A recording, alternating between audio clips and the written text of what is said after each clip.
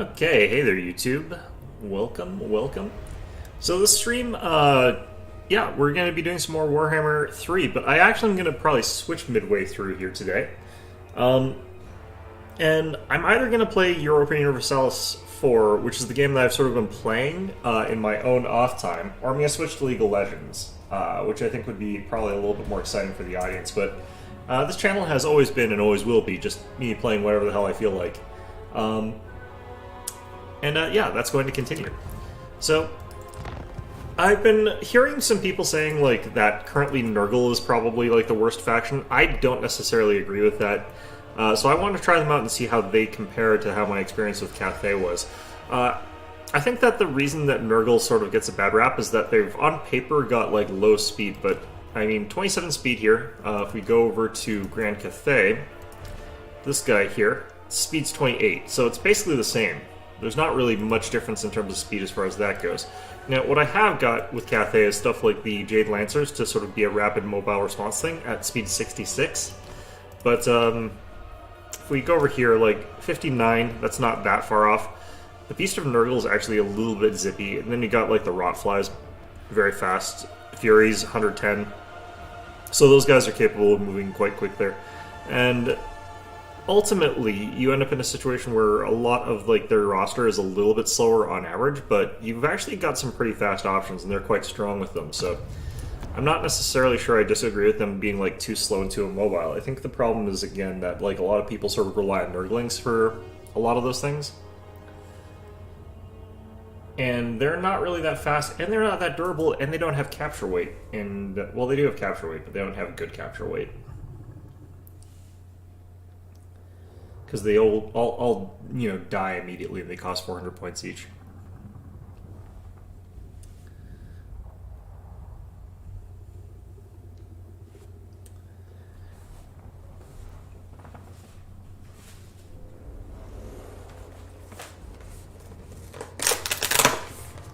Just opening a box of like energy drinks here.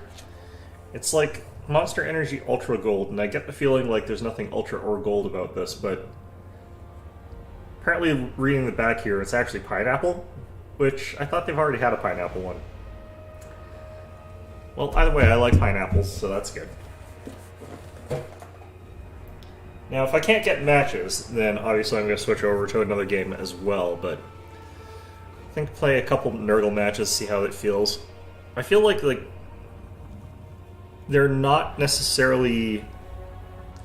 The weaknesses that people were saying that they had are that they don't have anti-large, which doesn't really strictly matter that much for them, because all of their units have like a huge amount of base damage. So instead of giving them like anti-infantry, anti-large, they just jacked up their damage statistic by about 10 points.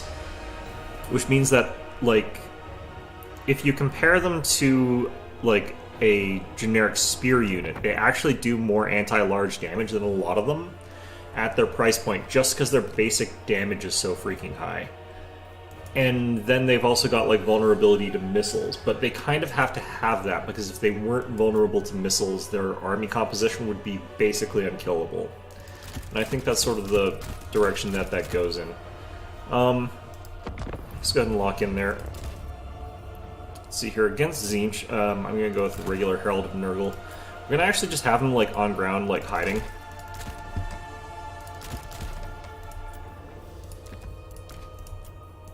Get a couple of those.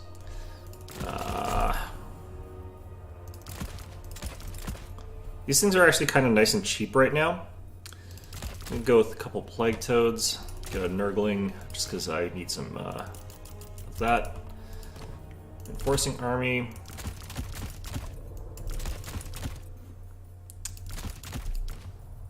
And I do think that the Pox Riders are also highly undervalued. Yeah, let's do that. Alright. So for upgrades, let's go ahead and get these guys upgraded. Alright, perfect. I do think that Tzeentch is a bad matchup for Nurgle. The problem with this one is actually more, in my opinion, like Tzeentch just being really, really powerful than anything else. Goal here is to sort of soak shots with the cultists a little bit and then drop down summons to disrupt their backline units.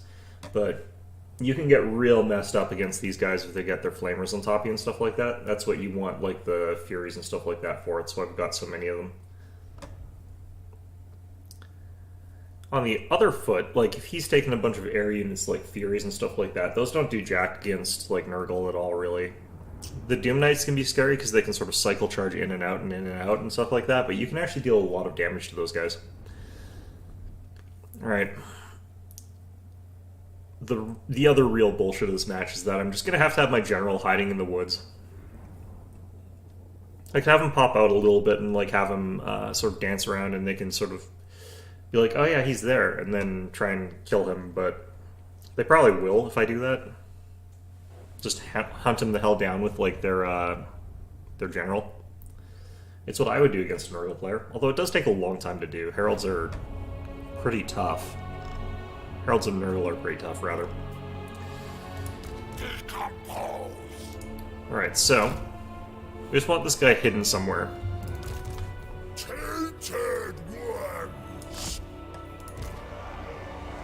So these guys' job is going to just be to, like, die to fire. Plague Toads are going to be on the flanks here. Okay. Corruption is salvation. Joyfully, I move. So it'd actually potentially be a good time to take a second, like, Nurgle hero or something like that. Alright. Scott, Lord of Change with Metal, I can actually go forward. Oh, I forgot to undo this. Oh, that's so bad. Oh well. Just give me a chance to try Blight Boil, I guess.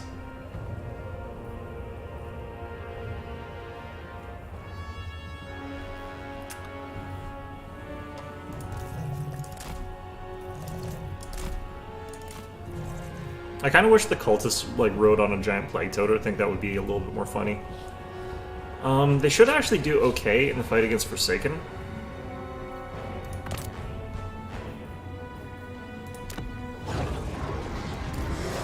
And speaking of Forsaken, worthwhile getting my own. Fairly decent chance that he's just going to drop, like, lower metal spells on this guy, but...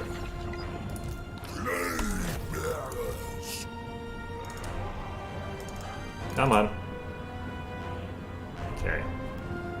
That continues to be real annoying as hell.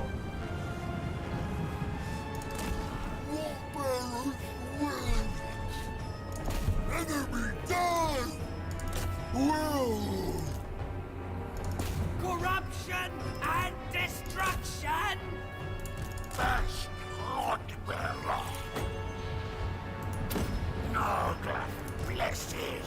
Oh jeez. Going down faster than I thought it would be. Father embraces me. I flee, your father.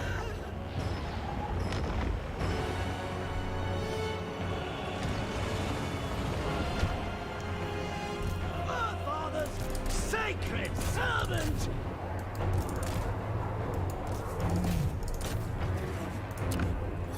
Alright, let's grab one more of those, grab one of these.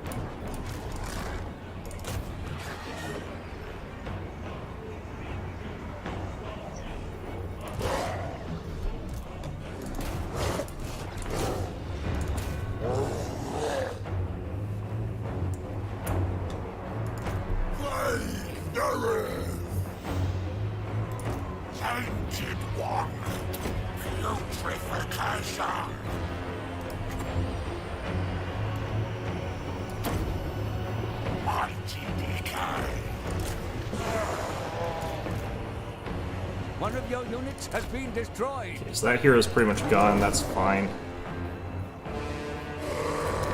Got some Fox Riders.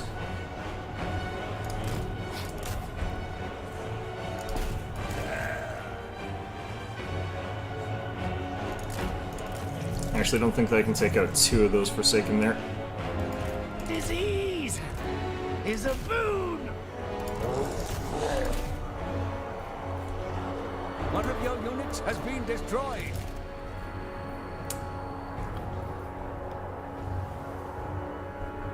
Oh geez, they took out everything back here.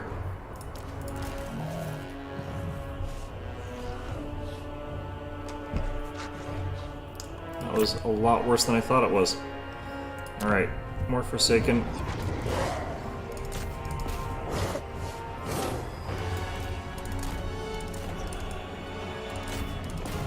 Kind of have got them on the roll on this side here. If I could get another Blight Boil, that would actually be really good.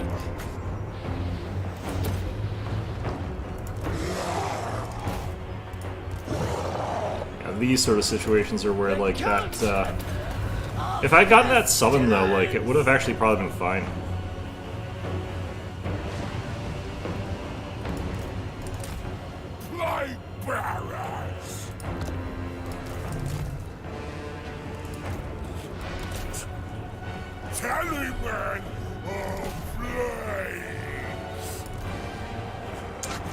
Okay, I need... While I do that...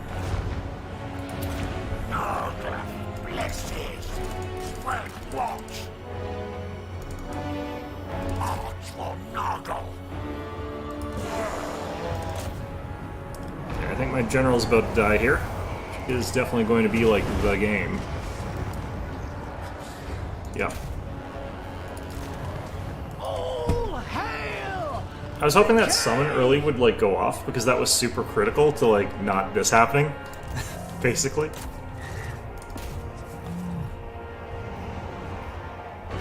But unfortunately, the summon didn't go off, so... Also, I can't summon anything. What's going on here? Interesting.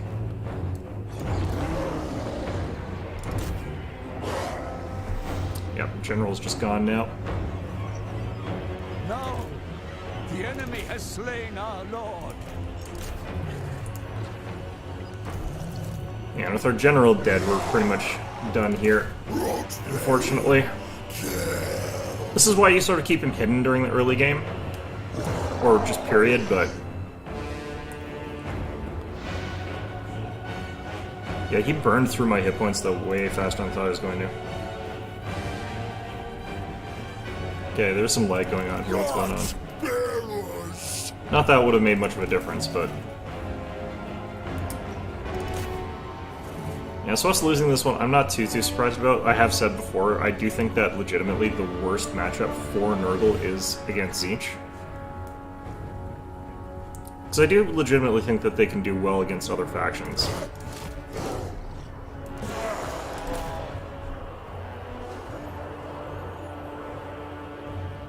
I think probably actually frontlining with the Plague Bearers you don't want to do, because, like, they don't tear through the Blue Horrors quite as quickly as, like, Forsaken would. So I think you go Forsaken first, and that front line, like, tears through the Blue Horrors a little bit faster, and then you have follow-up units behind that. I think that would have also helped with the Cultists. One of the other things I'm noticing, though, is that my, I don't think that the Furies actually beat those guys.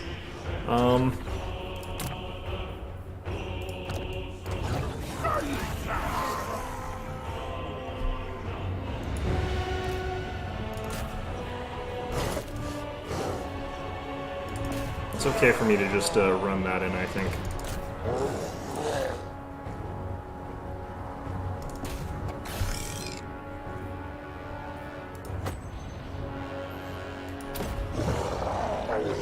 Yeah, really nothing I can do at this point, though. I can't believe they managed to, like, stop me from getting that summon, because that was so clutch on their part. You have been bested. There is only defeat. Like, I knew they'd sort of burn through the cultists fast, but, like, him not even getting a chance to channel the summon, that's so brutal. I guess he decided to focus, like, every single shot on him, which I guess makes sense, but still.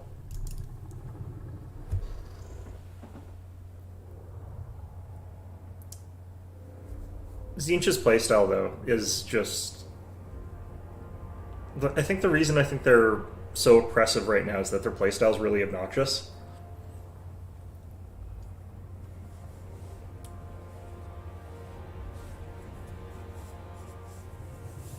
I think like pure missile blobs actually are starting to turn into the thing that you just take under certain circumstances, but I think if I'm seeing that, what I should probably do is just take nothing but frogs and... Like, I should probably just go up against Tzeentch with, like, all frogs and all furies. Nurgle.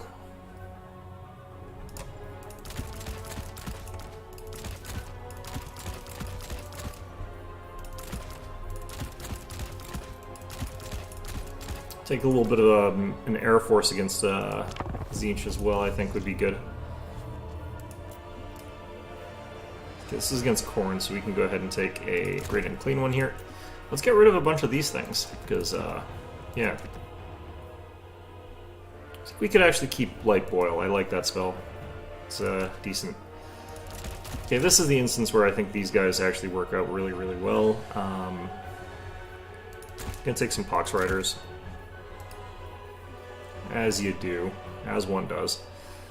I'm not 100% sure on taking the Exalted Plague Bearers there. I think actually I'm just going to take this guy on foot this time. I'm just going to get rid of a bunch of these. Make them cheaper.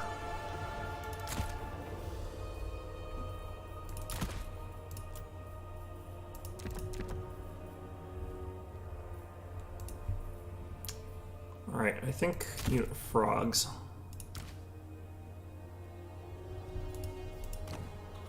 Alright, so this is probably, like, not necessarily that good in this matchup. I'm probably not supposed to be taking, like, Cultists at start against Khorne. I think that's probably something I should be avoiding, but that's probably fine. Let's get rid of the Plague Drones. Let's take a unit of Death's Heads. The Death's Heads are going to be something that we just sort of use as a try and take out something important unit.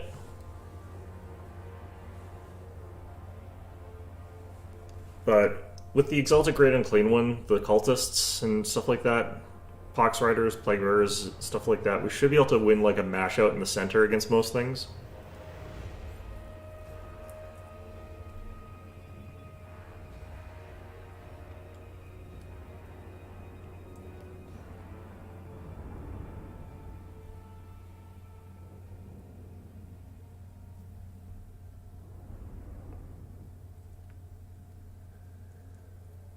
Alright, let's see how this goes.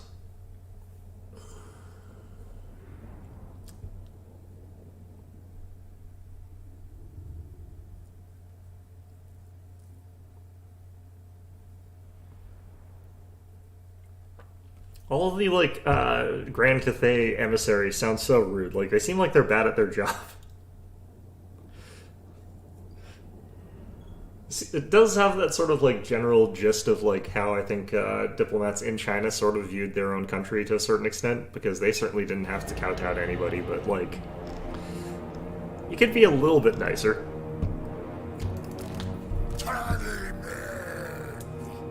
Alright, I think slightly better off going to the right side here. Worshipper of disease! I should try out those upgraded...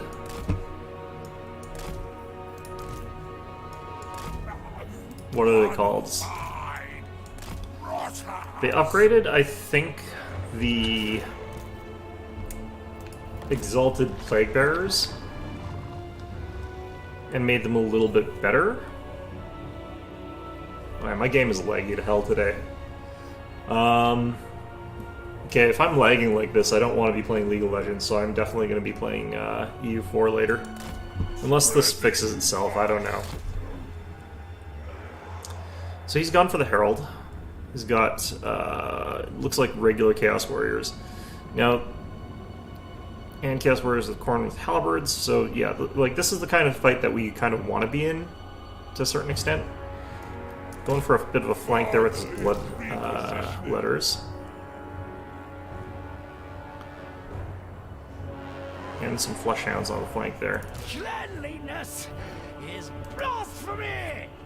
Okay. This is where it would be good to get those plague drones and just pick out those flesh hounds. Would be really, really good there. I think using these for that purpose would be good. To also throw out a Beast and Nurgle, I think they would do okay against flesh hounds. I don't think they'd win necessarily, but Nurgle's mightiest child. alright. Let's get you guys up there. Use this sort of cheap cap thing. Is that a Soul Grinder? Well, that's different.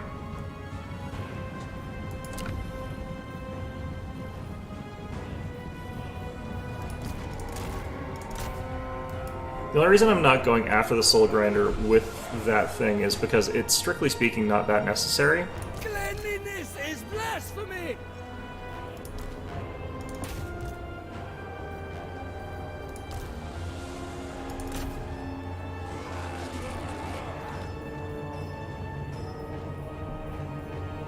Alright.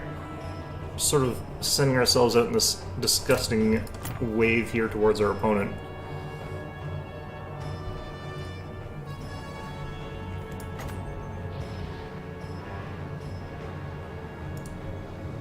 Praise the fly lord!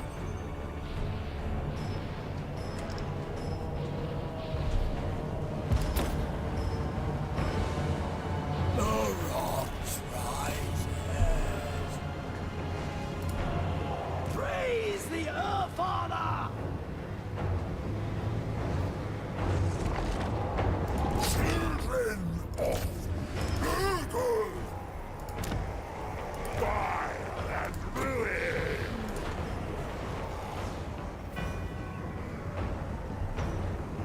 Cultist of the Plague Father! Plague cultist moving! Infestation abound! Okay, I have no idea what's going on here with certain parts of this.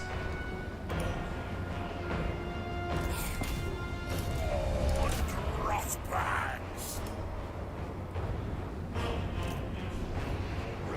Grandfather Nurgle's favorite. The putrid plan! Bucket of sickness. Enemy, die! Let's grab that. Shut down a Blight Boil over here.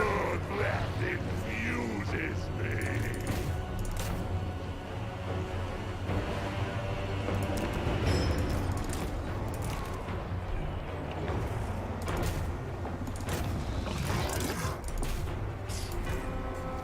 Well, The gift of sickness.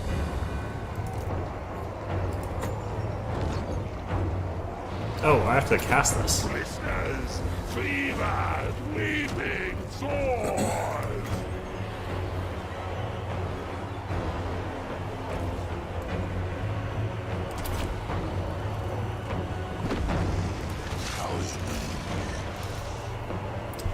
Right. Harbinger of rot.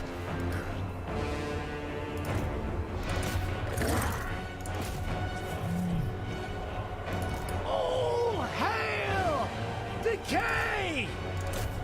Rot bearers, curl! Now, this situation is where I think a little bit more speed would be kind of nice, but we're doing okay here. Let's be honest.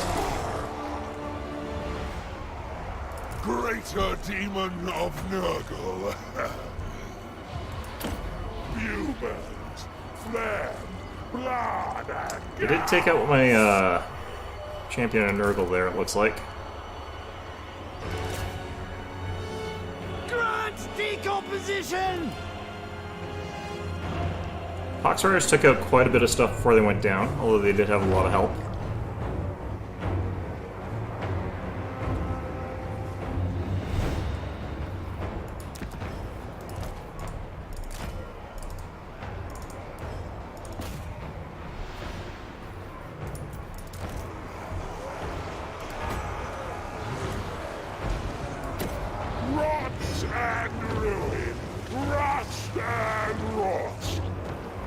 that was a good hit. Liking that.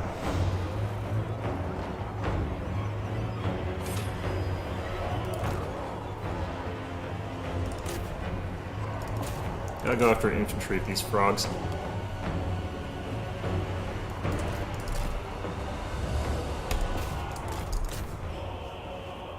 Rot bearers!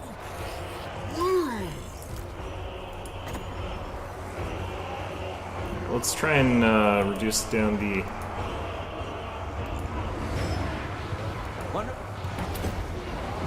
That's there. Corruption is salvation.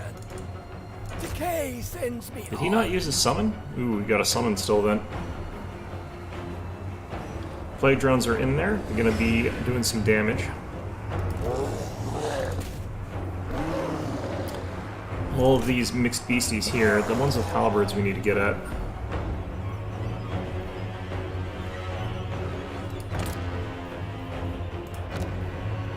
Alright, more fast movers. Absolutely.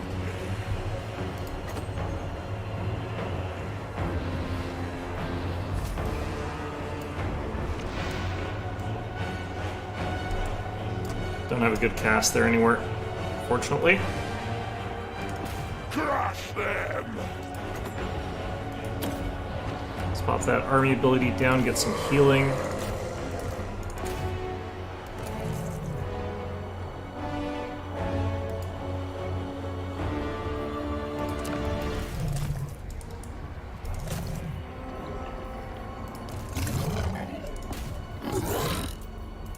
Please the Fly Lord! Where's the other one here? Okay, I would love to get...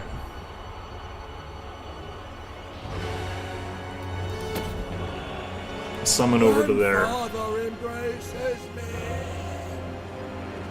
Can I actually do it, or are you not?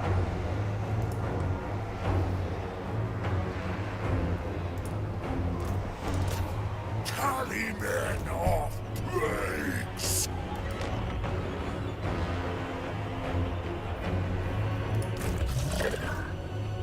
So this unit here is not necessarily that good against types of unit we're sending it against, but should be fine.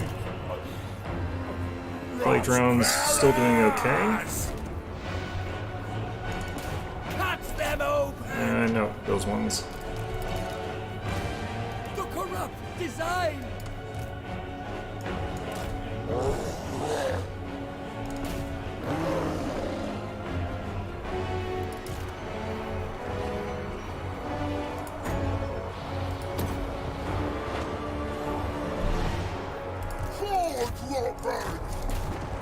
Okay.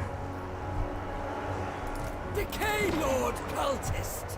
Those frogs are doing surprisingly well against those flushhounds, in all honesty. Like, way better than I thought they were going to.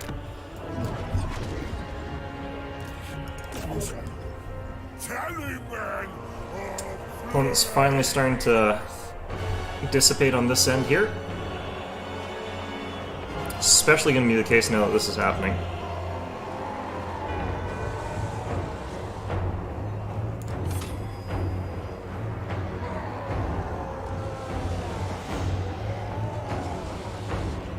Yeah, all those flushhounds are basically done for. I think our opponent's general's about to bite the big one. Worshipper of disease! Her father's child marching! Enemy die! Okay, anyone else resting? I want everybody fighting here.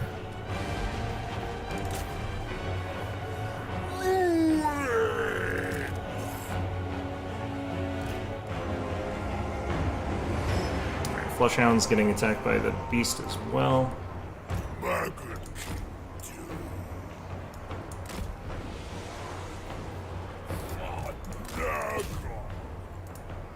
Spread fest. Let's actually do that there. Give him a bash with that active.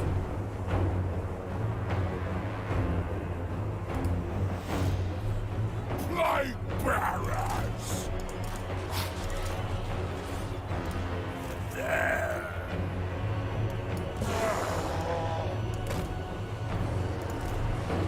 Yeah, that's all his flesh hounds, basically. Get around behind with those guys.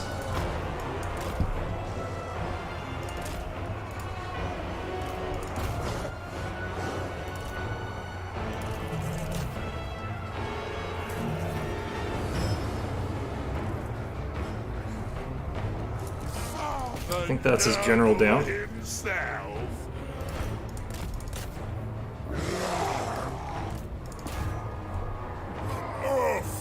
So this is going to suck for me a little bit, but let's actually get these units to swarm over that way. One of your units has been destroyed. There's probably a bunch of my units getting destroyed here. That's fine. These guys broke already. Wow.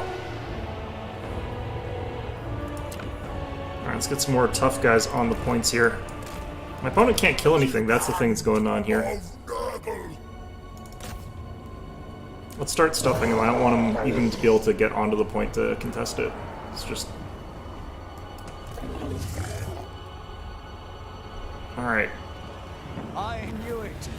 Unending glory is yours. Yeah, you just don't win those kinds of fights against Nurgle. I don't know what the Soul Grinder was for.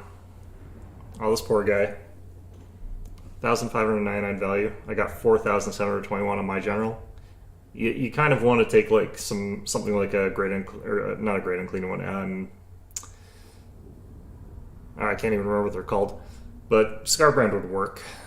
Able to bash down this guy. These guys actually, a lot of the Khorne ones actually lose to the greater demons of like Nurgle. Nurgle actually has really bashy guys there. Pox Riders, they did kind of okay actually. Plague Bearers, getting kind of close to what you'd expect from them. Plague Drones did actually pretty well. I liked what they were able to do as well, what they brought to the table. Just lots more frogs and lots more like sort of frog riders and stuff like that, I think, is how you play Nurgle.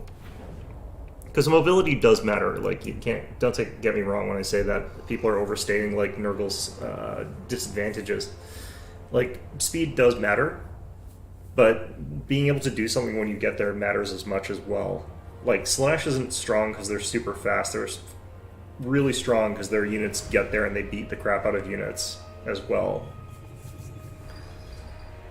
Like, I think a unit of Demonettes does well against a unit of Plague Bearers even. Arnheim. This is that weird high alpha, yeah, this one. I don't think that, technically speaking, this one actually benefits Nurgle that much, but, Alright, what are we up against? We're up against Tzeentch. Crap. Okay, so Herald, Lore of that. I'm gonna go with just Fleshy Abundance. I might even get rid of some of these other ones here, like Children of Nurgle. Looks kind of D. We'll just have them sitting in the back there, and we can potentially maybe heal some monsters or something like that. So we'll take one of those there.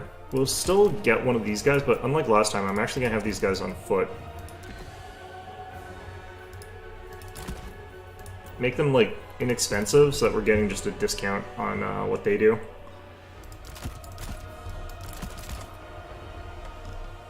Okay, so if I could discount even a little bit more, like if I even got rid of that maybe. Yeah, so we're looking at 1,100 general, which is really, really cheap.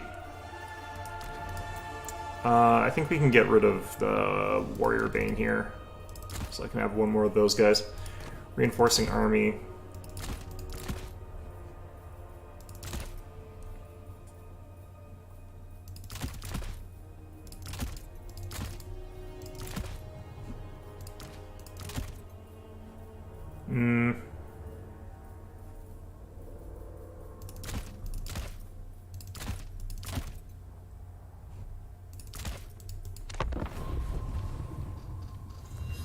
Alright, so this looks weird, but I think this is what you do if you're stuck in this awful, awful situation.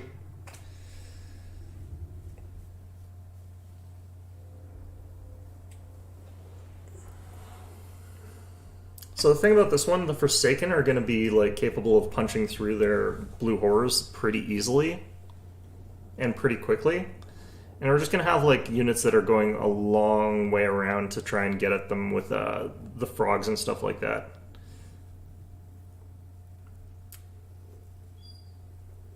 Then we'll also be able to like distract their shooting units with just having Furies landing on top of them. Hopefully we'll be able to punch through their front line before the Furies all get killed off, that kind of thing.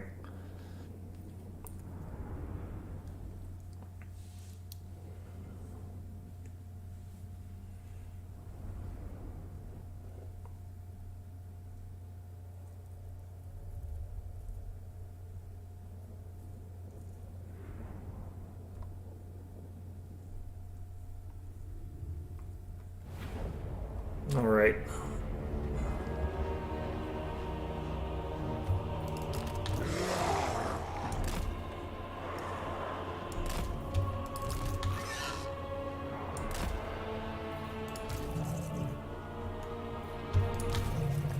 So I think what we do is we have like long flank with both frogs, maybe?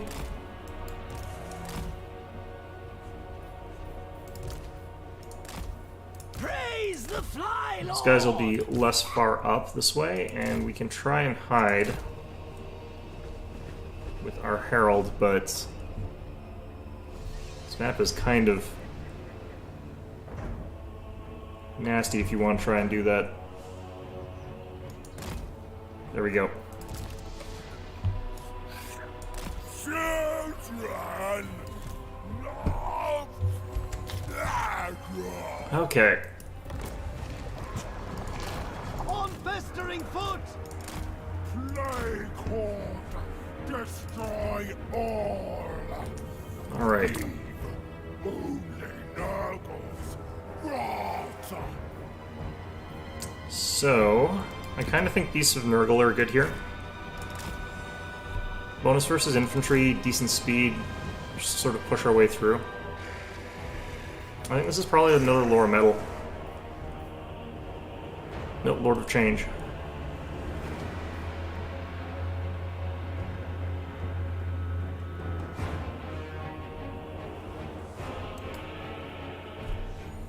Let's see here.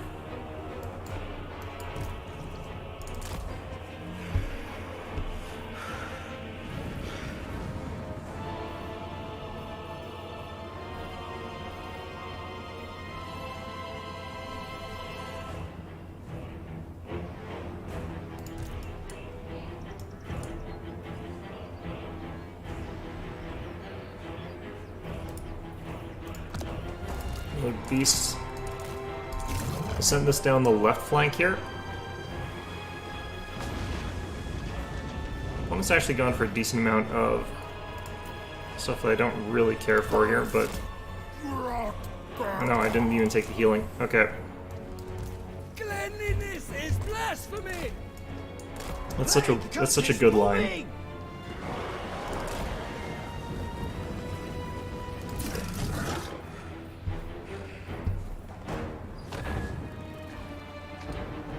Ouch. Yeah, that actually is a really, like, powerful spell for doing that. Like, its ability to do that is kind of gross, actually.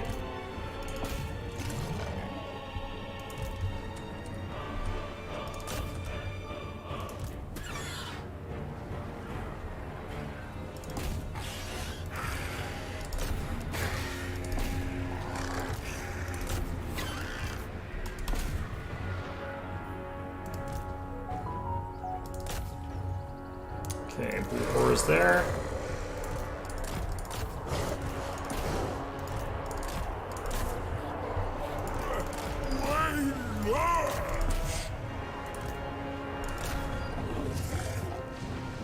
Corruption is salvation.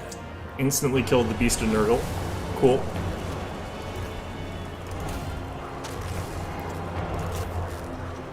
Losing in melee against those guys, which is not brilliant. One of your units has been destroyed.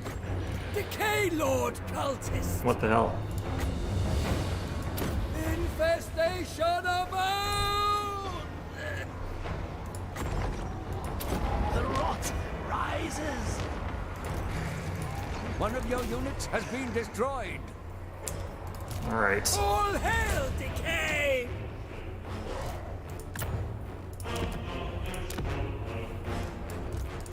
Need stuff I can get up there fairly quickly.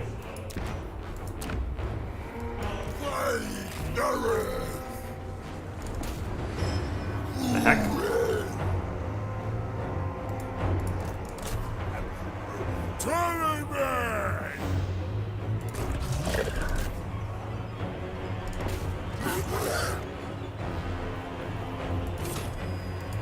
Herald of Nurgle!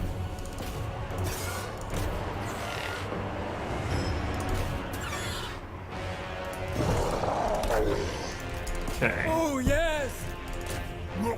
Death! Frogs are definitely helping. Liking their contribution here.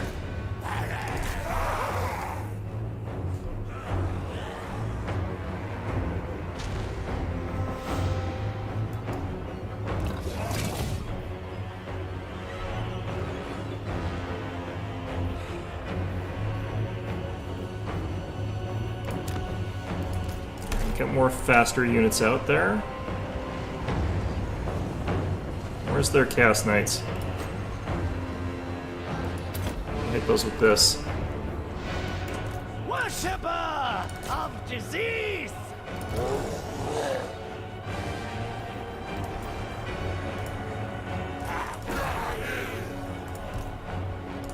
Enemy die! Cleanliness is blind! Okay. One of your units has been destroyed. Probably quite a few of my units have been destroyed, but that's fine. Ouch. Taliban of flames. Yes! Roxbaron, kill!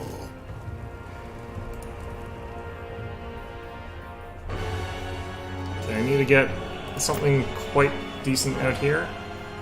Or just get more frogs. Frogs and Furies is what I need, I think.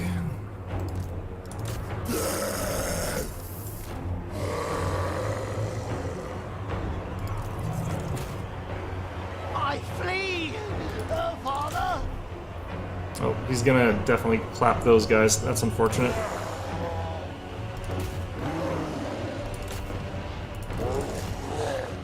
Ouch. Oh, those are Doom Knights, they're flying.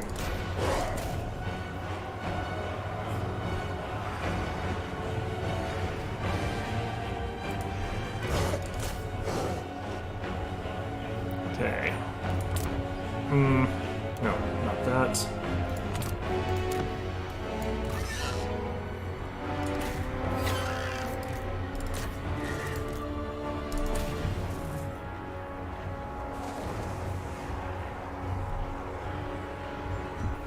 Alright, they're taking out one of the cultists, which is fine.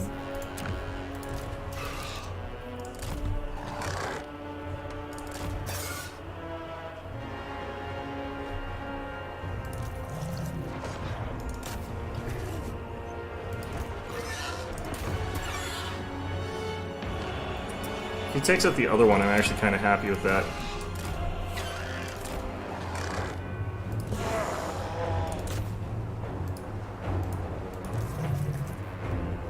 Alright, let's get these frogs up here, as well as this guy. Let's try and cap some stuff.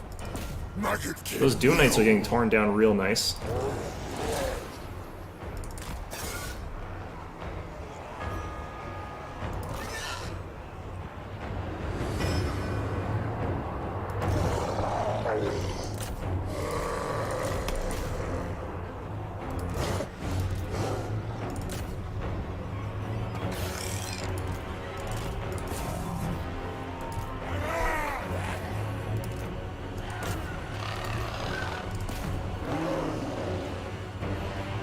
Okay. Alright. Just gotta get more Furies onto these sort of guys. Wait, he found my general. Oh shit. Walking water! Well, let's just just get a hero out there. Take father! Grandfather directs me! Yeah, we're gonna lose our general, that's kind of fine.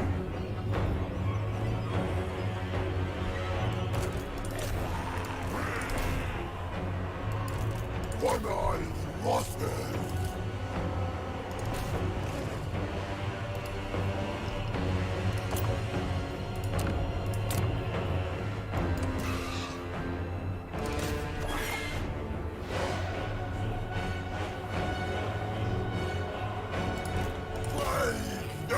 No! The enemy has slain our lord. Yeah, general going down is a bad thing to have happen here.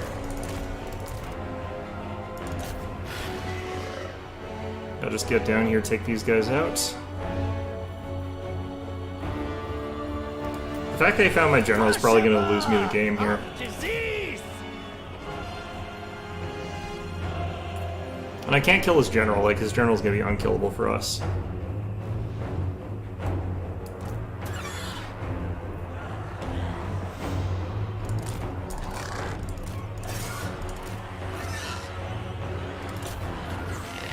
Part of that is because of like our own choices, though.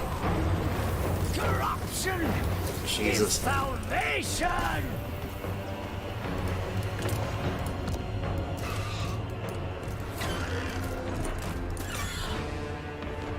think he mostly missed with that. Disease! Yeah, no, our opponents just got way too much more value than we do in terms of damage and stuff like that. I'm not gonna be able to catch back up here. Praise the Earth Father! Grant decomposition! Yeah. Hey there, not as bad as. Been a while. Have been bested. Yeah, I don't know if you were here when I mentioned this, but yeah, I missed a couple streams. I know that. Yeah, I missed a couple streams because I was buying a car. So it took a lot more time than I thought it was going to. It's one of those annoying things that happens sometimes. You know what's funny? When I was playing like other factions, like I was playing the Ogre Kingdoms and stuff like that, I didn't get that many Tzeentch matchups. Now that I'm playing like the faction that I think does absolutely the worst against Tzeentch, I'm getting like all Tzeentch matchups.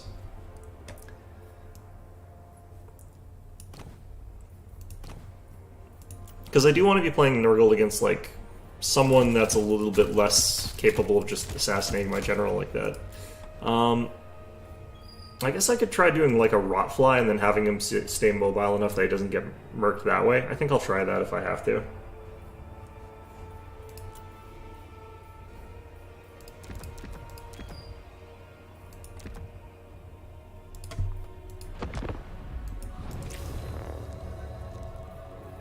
Could even try like more Rotflies, but that's not really something that works against Tzeentch, I don't think. Oh, no, we're up against Khorne again. I don't really need Blight Boil. Let's get rid of these guys. Yeah, I mean, it's not typical, actually. I've only ever had to buy a car, like, twice, so, like, you know, it's kind of the opposite of typical, actually. It's very atypical. But, you know, that's life. Alright, Pox Riders. I kind of feel like I don't need to have the Cultists, necessarily, for this matchup. They were good, but I don't think I need them.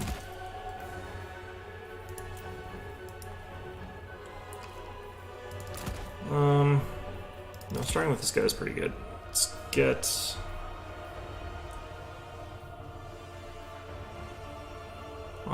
you know what, let's try one of these. I think they're, like, pretty expensive for what they do, honestly, but...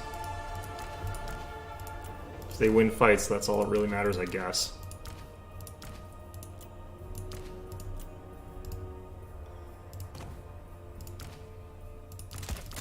Oh yeah, no, it's typical I get matched versus Tzeentch. Kind of.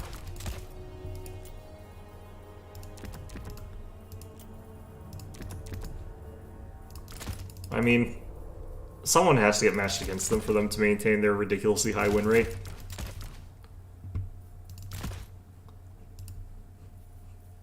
It is nice, though, that they force, like, blind pick your faction in this game mode, because, like, counterpicking this would be brutal. Like, getting actually counterpicked. I'm definitely glad that's not something you can really do in this. I'm not sure I like the composition I have here, honestly. I think it's pretty bad, but we'll deal with it. Really interesting.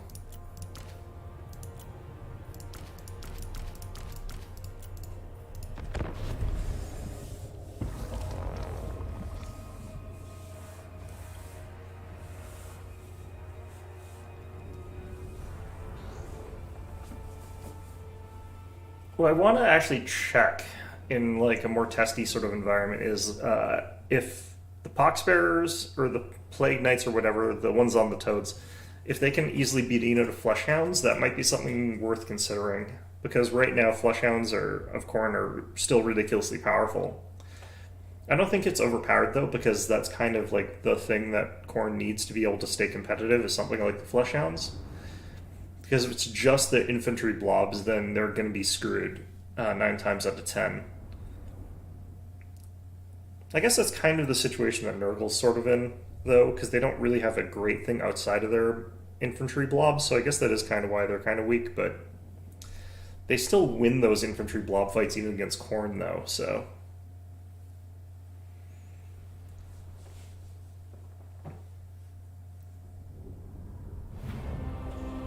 Alright, let's see what we got. Glad I'm not playing Cafe on this map. That's always... This is the worst map to be playing Cafe against. These guys only have like 3 shots each, so they're actually pretty weird in that sort of sense there. Let's not throw our stuff at ourselves. Alright. One-eyed rotters. So we're gonna get these guys out there and we're gonna start chucking little blocks at whoever the heck.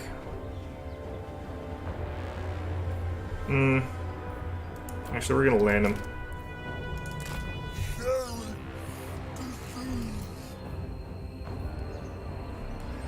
I don't want to fight like 3 units of Furies against these guys.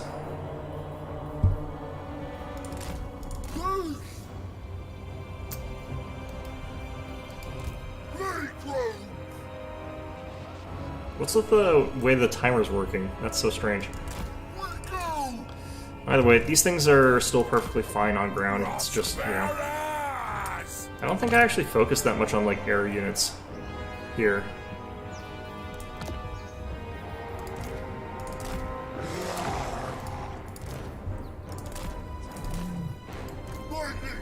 Alright, let's go back in the air here.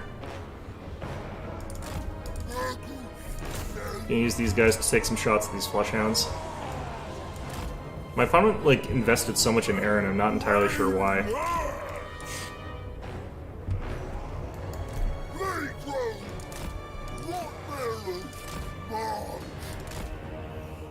I think his fleshhounds are actually fast enough to keep away from my guys. Well, that's unfortunate.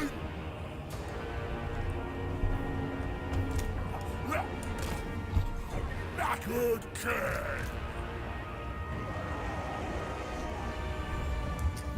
Well, not having any Furies is potentially going to be annoying here, but we just deal with it.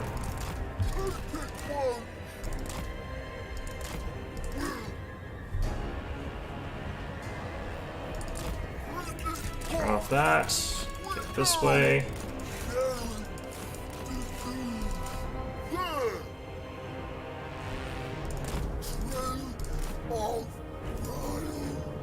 Where's our Exalteds? I don't want them firing at any old thing.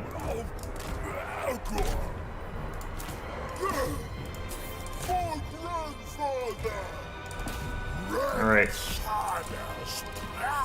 So my opponent just sort of ran those onto the ground there. I'm going to actually use this.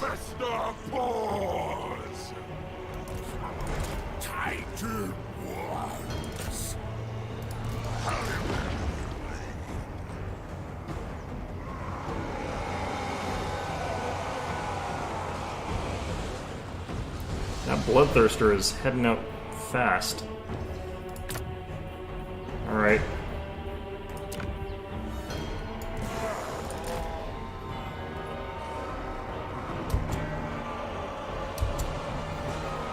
Okay, where the heck are these guys?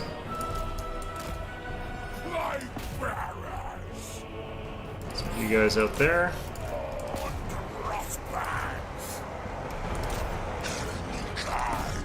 Grandfather Nurgle's favorite. Fox Riders. Alright, get some shots off against this bloodthirster here. Point. Keep it from the foe. Okay.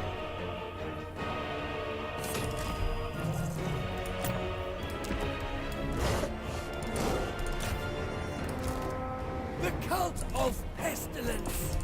Plague cultist moving. You out here. Look at that damage this guy's taken already. Oop.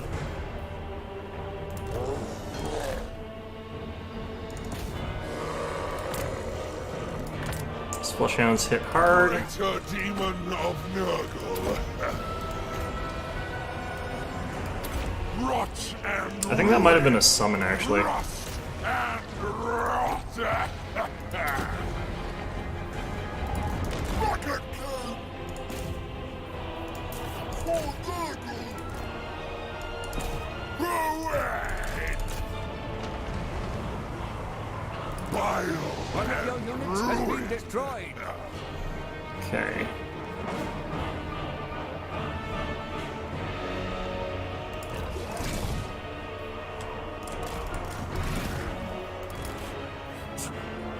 Tallyman of flame. Once those guys run out of ammo, of course, we'll run them into melee combat.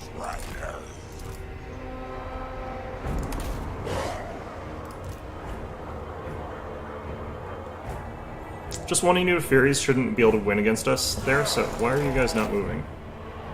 I know why, it's because their opponents keep getting killed. Okay. We'll use our last volley against the Blood Crushers, we'll send in some more frogs. I have faith. Spread first. Blisters, fevers, weeping sores. Alright, there goes that guy. Tallyman. Practically out of ammo, so there's no point in me keeping those guys around. So I go.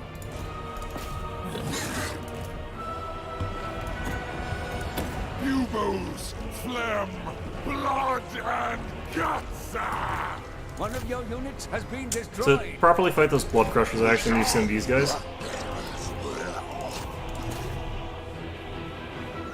Harbinger of rot. We're actually kind of losing.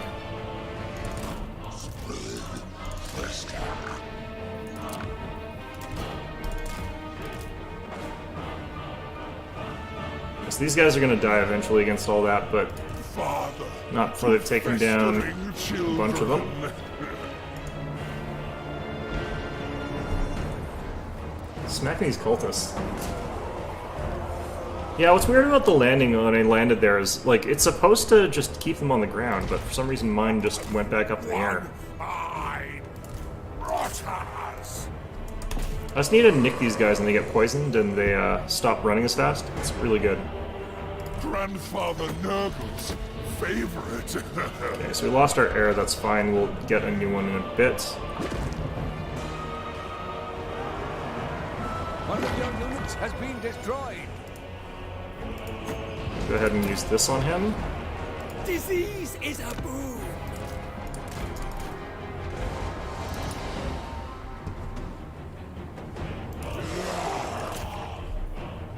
Hawk Knights versus Blood Crushers.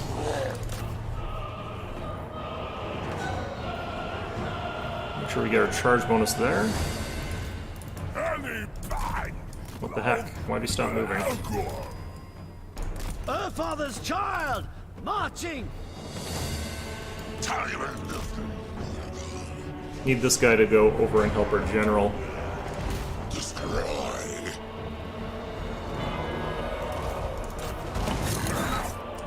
I Yep. do it. Just toads everywhere. They're so underrated. Like, people say that the plague toads are really, really bad.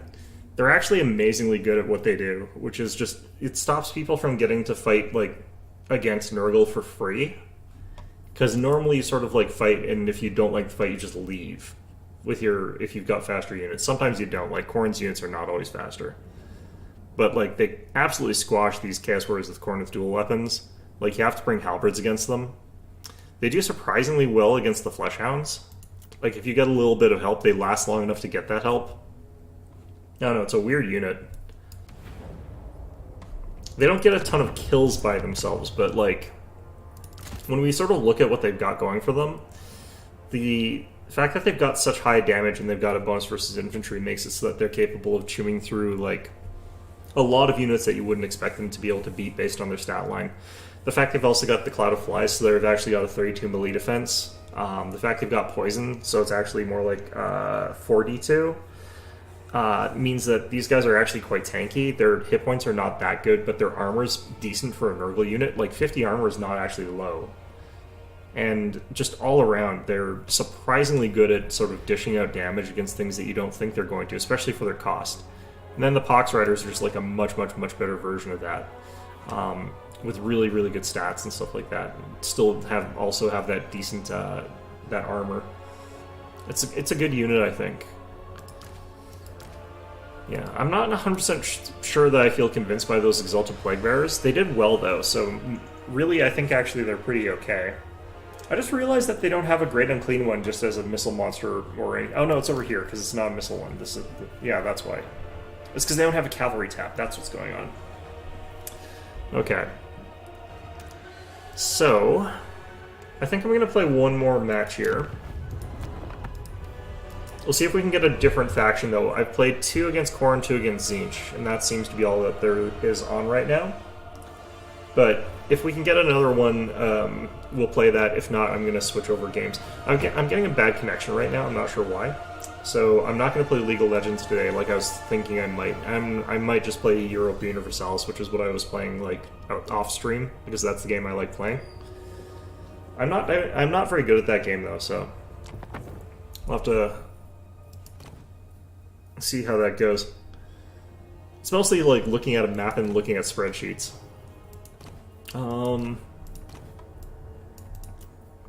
Yeah, I definitely don't feel as invincible playing these guys as I did playing like the Ogre Kingdoms. I think the Ogre Kingdoms like just makes for a really simplistic play because they're really tough and they're really fast and they hit really hard, which is kind of like you'd think that would be like the best sort of qualities, but they kind of lack in some certain sort of fringe situations where you can sort of kill them pretty badly, like choke points or stuff like that.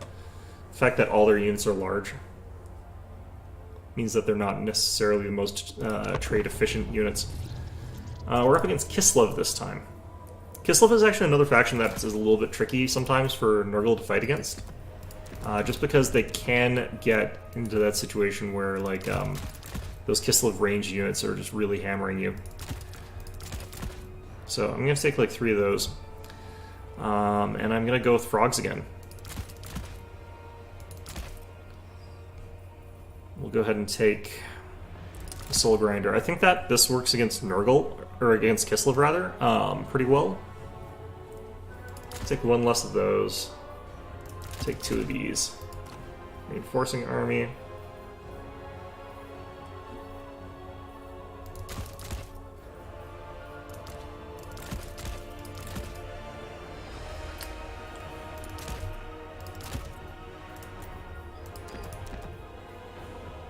Against Kislev, I can take Chaos Steeds, I think. I can have these guys still pretty stripped down, though. Fox Riders. Let's take, actually, let's get rid of the Beast of Nurgle, and let's take a unit of Plague Drones.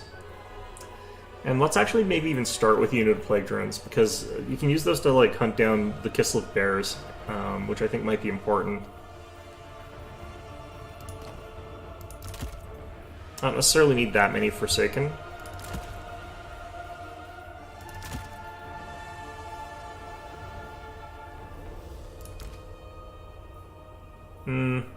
I kind of like this, actually. Yeah, we'll do it. Alright, something like that.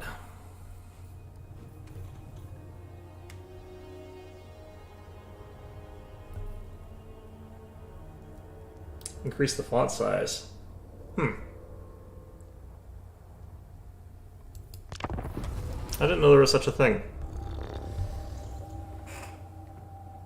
Actually, no, there's probably mods for everything in that game.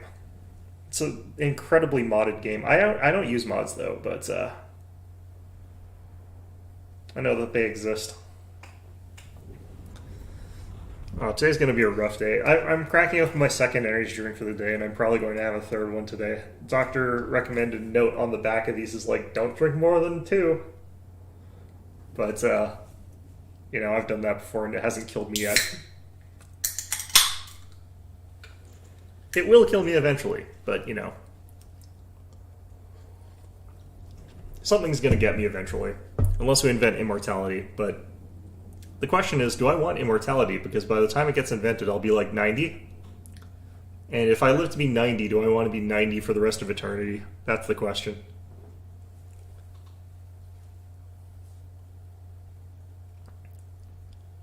And that's optimistic. I'll probably just be dead before they invent anything like that. But there's a lot of scientists right now that have figured out, it's like, oh yeah, this is why people die of old age, and you don't technically have to.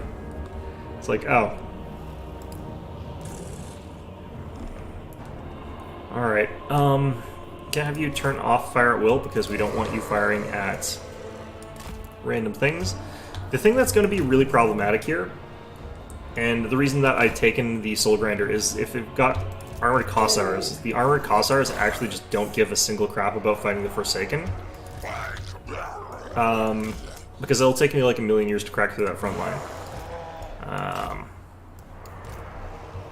Herald of Nurgle, Trail of Nurgle. So we want to definitely be aiming at the Armored Cossars sort of units there. What the heck is he doing?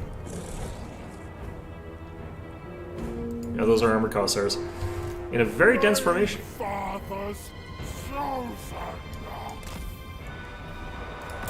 Okay, so I would like to get the Plague Drones so I can get after those chariots potentially with them. Oh, what the hell hit me? Does he have a little Grom? He has a little Grom, doesn't he? Well, by the time he actually kills me with a little Grom, I'll have already, you know, not given a crap. Alright. Herald of Nurgle. Alright, he started to spread his units out a bit.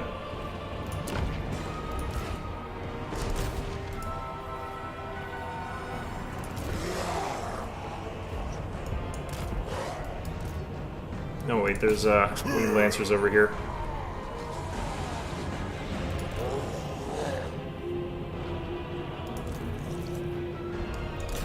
We'll send a unit of frogs to chase after those chariots.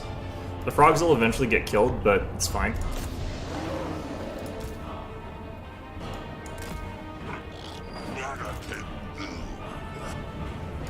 These guys are more clumped up, so I'm going to aim after those Cossars, even though they're not necessarily as good a target.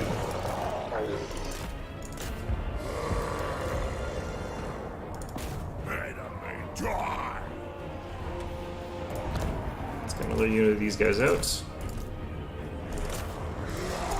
Alright, go after them then.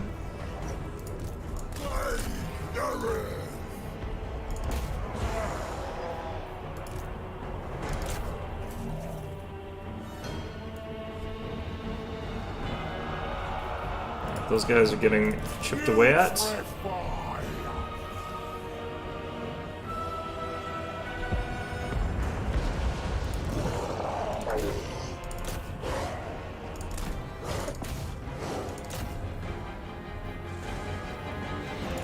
One of your units has been destroyed. You're kind of getting messed up in that front line there.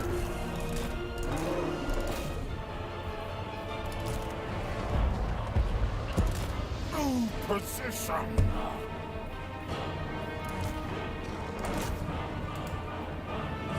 Zarga took some big hits, which is good.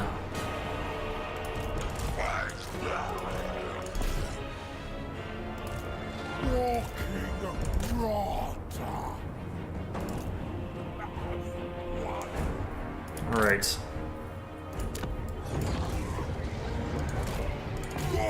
Okay, Little Grom is actually dealing a lot more damage and still has a lot more ammo than I thought he would after all this. We did actually almost use all of our Soul Grinder ammo, though, which is sort of what we were aiming to be able to do, which is all I really kind of cared about.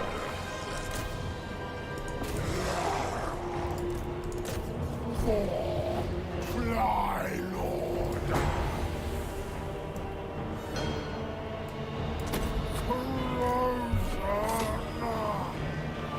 Taliban of Nurgle. Decomposition.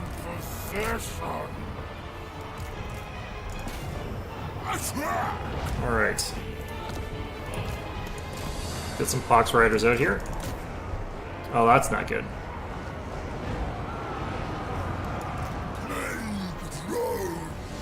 Alright, he's getting some Winged Lancers out there, that's fine.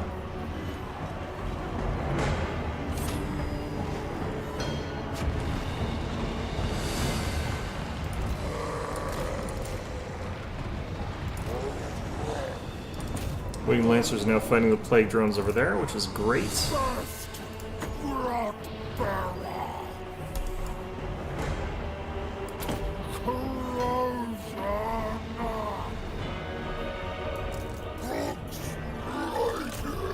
Alright, let's get after the Zargard with those guys.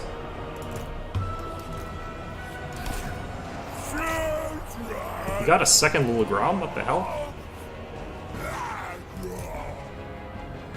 That was a strange thing to have to do. Alright.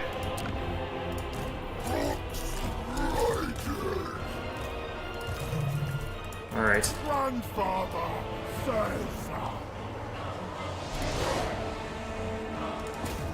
Okay, I think those Zargard are unbreakable right now, which is fine.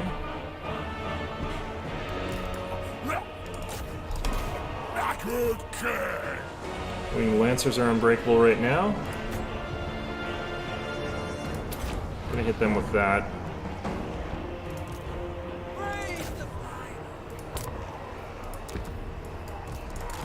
I shouldn't have focused as much as I did on the side flanks and stuff, on the flanks and stuff like that. I should have just pushed through the center here.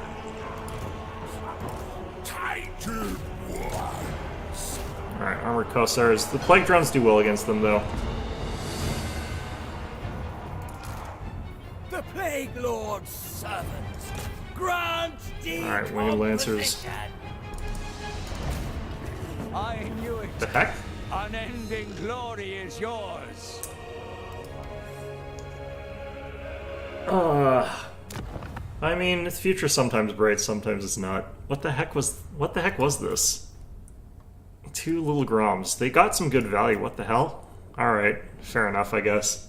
They did buff Little Grom a lot, so. Alright.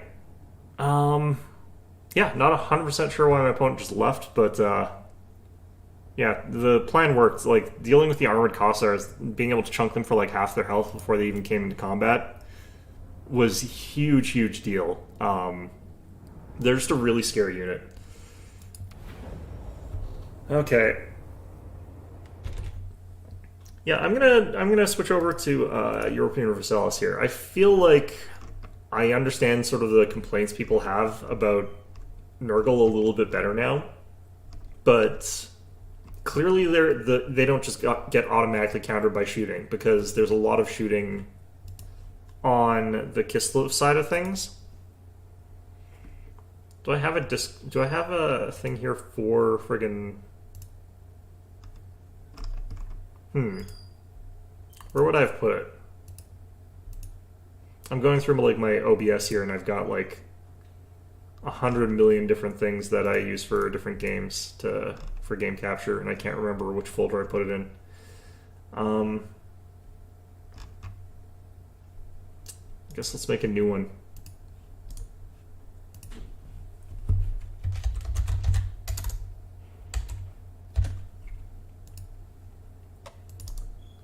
Okay, add.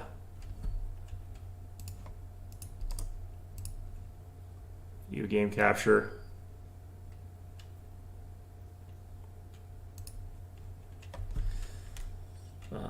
EU4.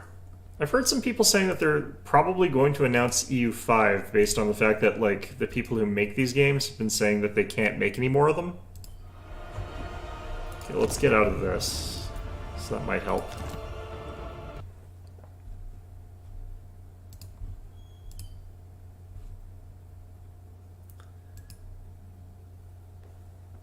But what I always hate about these games, and, like, it happens with all of these big Grand 4X games, and basically every single time one of these big 4X Grand Strategy type games comes out, like, usually it's competing with a previous version of itself that has, like, a million years of DLC, and is a much more feature-complete game as a result of that.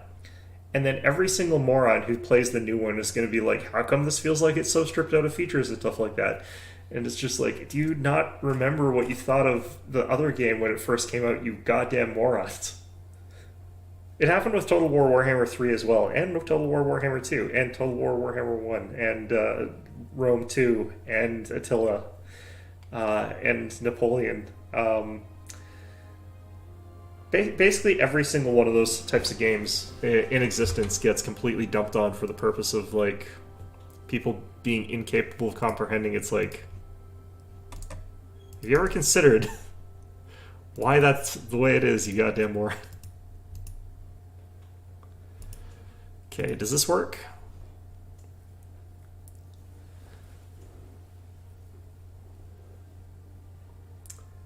So I have a love-hate relationship with EU4. It's a game that I'm not necessarily that good at.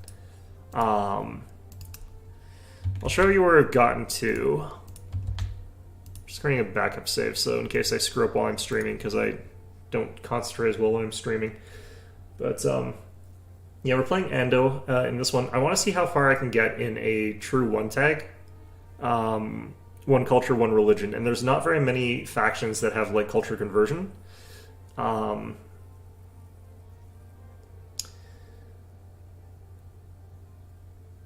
Yeah, it is true, but, like, generally speaking, the people who sort of... Yeah, no, that's fair.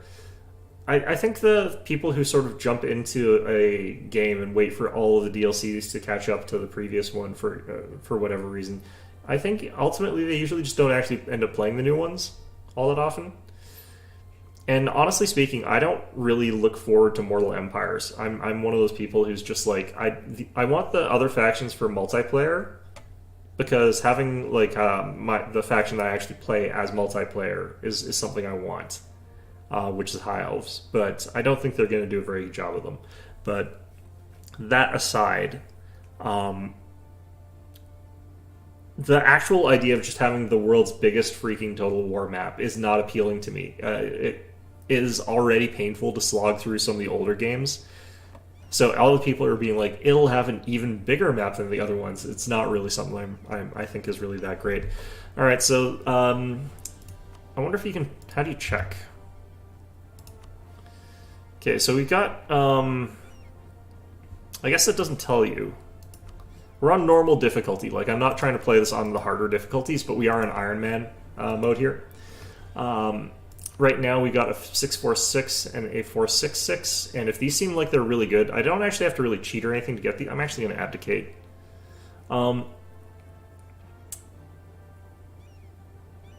Yeah.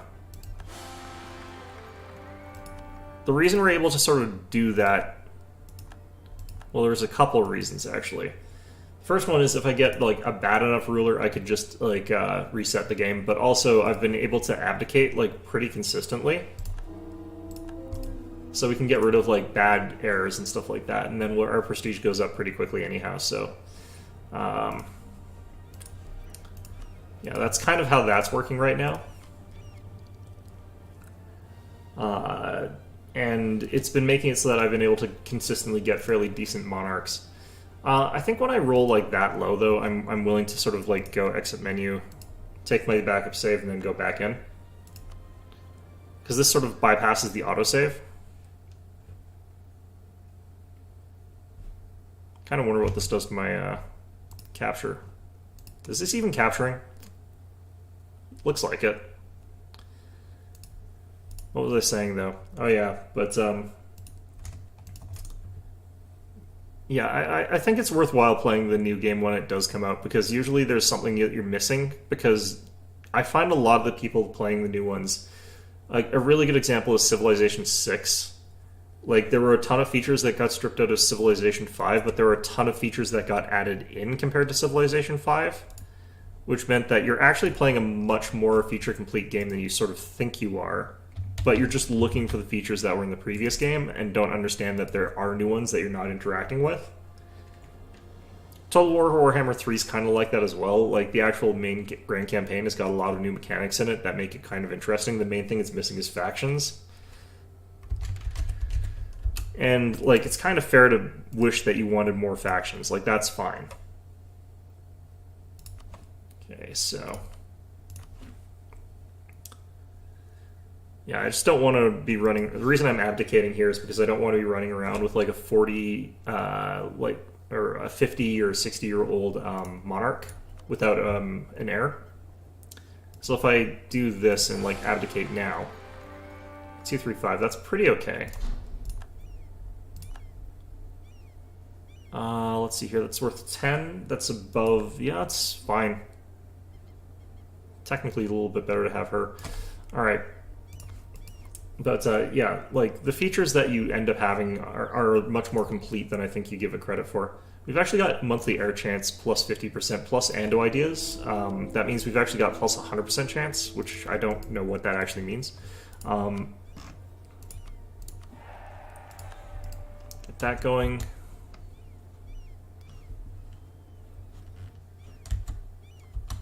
Yeah, I don't know, like, new games are a messy thing. Like, people have expectations, and expectations are a stupid thing to have. It's probably a harsh thing for me to say, but, you know, I definitely believe it to be true. Alright, so this is the area of the world that I'm sort of focusing on. What I like to try to do is end up having a major stranglehold on the trade in Malacca. And the reason I sort of like having that is because this can stuff Europe. If you're stopping any of the trade from heading out from there, out to Europe, that can really screw over the European nations. They're going to try and suck all the trade out into the Cape of Good Hope, but we can sort of actually, we have a little bit of colonization going on here, and we'll be able to sort of war them and get that for ourselves later. Other things that we're doing, we're also colonizing the New World a little bit. I'm getting companies out here as fast as possible. We've got, like, our Ando, California, and then we've got Ando, Alaska, who's actually colonizing and declaring war all on their own at this point in time. Well, admittedly, they have decided for some stupid reason that they're just going to sit there with an inability to actually finish this war because they didn't take enough siege equipment or have enough siege techs. They're just slowly losing troops. Fantastic job, guys. But yeah, they're doing that. Meanwhile, I'm just over here doing my thing. They might be able to take something off of war exhaustion, or they might end up war exhausted before the opponent. Who knows? I don't really know what's going to happen there. Anyway, this guy, Malacca and Kedah. Okay, so we're going to declare war on them. I also actually probably want to declare war on these guys first. Let's go ahead and...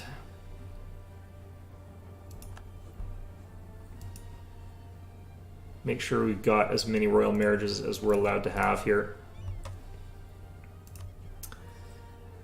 But yeah, I'm looking forward to the new game where this comes out and it's just not feature complete as people would like it to be. Like, it'll take out a bunch of mechanics that are in this version of the game because they won't work in the new engine or whatever. A lot of the factions are going to have, like, basic idea groups, because having, like, full new ones for everything is going to be impossible. It's going to be a nightmare. Okay. It'll be a nightmare, but it'll be hilarious and great.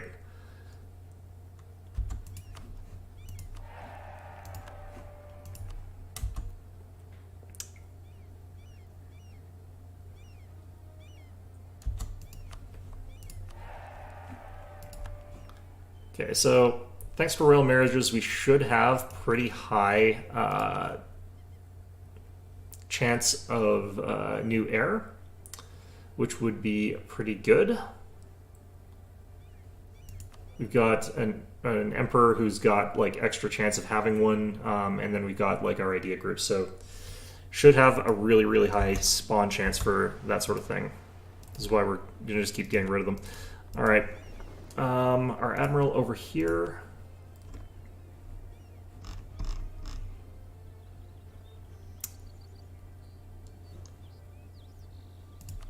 All right, let's try it.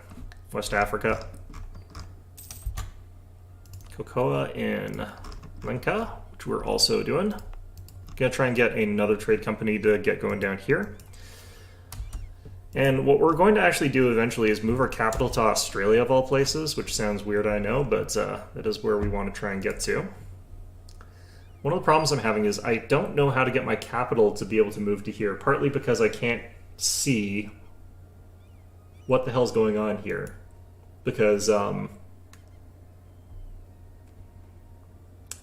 yeah, the numbers have been changed into whatever the hell that is. Now, we are slightly better off than it seems like we are, because we just have to get rid of all of our vassals, and then we can sort of become... we can sort of take that, move our capital. I just have to wait till we get that. So that's nice. We're using this time to sort of like sack our own capital by sending it all to colonies, which is good. But, yeah. Let's insult Korea. I want to have a little bit more. There we go. Our explorer died. Which one? That was the one that was guarding trade. That's fine. Our navy tradition should be fairly high. Yeah, it's 56. It's not bad. I usually like getting explorers instead of regular ones and having them do this, just in case I need to explore something. Even though they have slightly like less pips. But we got four of those ones, so we got maxed trade bonus.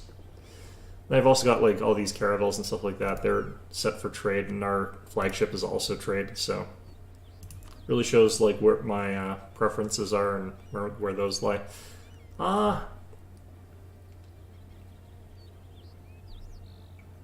We could do this, actually. That'd be slightly better. I guess we had an extra admiral lying around. I'll use the other one for combat since he's actually slightly better at it. Okay. That's all our overextension done.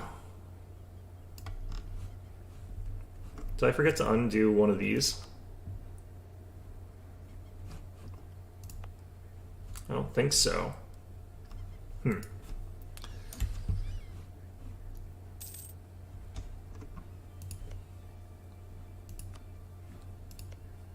Okay, are we finally at... Yes, okay.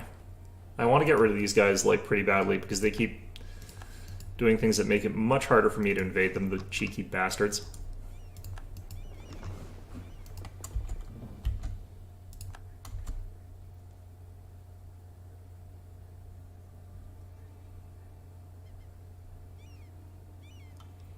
I think we could take some attrition that I didn't have to take. That's fine, though.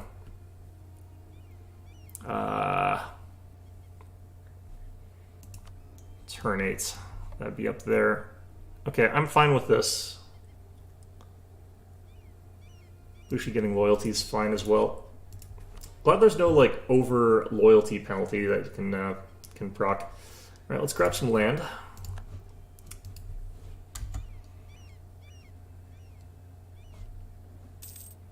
Then wait a million years for equilibrium to go back. And when you're colonizing, you use up a lot more of those than other factions. Okay. So these guys are allied to Sunda, which we've been bullying remorselessly. They're down here. And I think we should be able to knock them out along with these guys, but I've got a 13 mercenary stack somewhere as well. I think we were planning on invading over here, but I'm actually going to invade here first. I'm not even actually sure if I need... Okay, there's 15 there. What happens if I attack you? Okay, so their total armies are 17, 25. So there's only 10 armies here. I don't have any cannons with that stack though, so...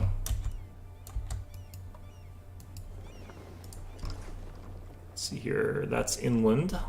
Don't have to worry about that. We'll move to there then.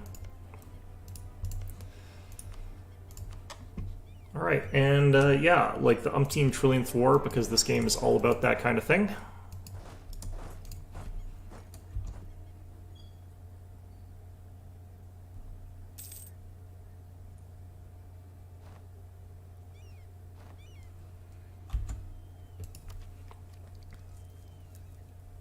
How much am I allowed to pool here, I wonder?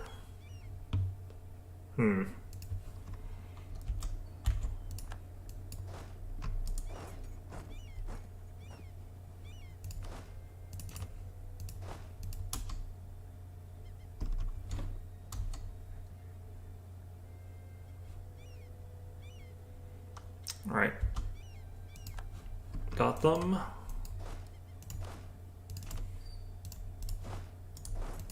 Clearly need to add more cannons to my stacks here.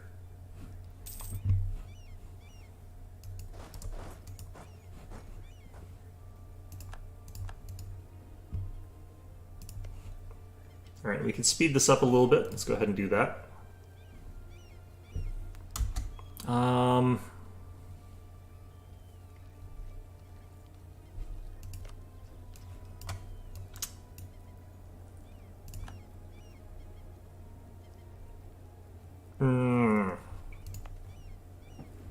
Local goods modifier is kind of fine here, I think. The extra autonomy, though, I don't really want to have. Let's just spend the money. 233, that's pretty bad again. But like I said, as you can see, we're like able to get these like real fast.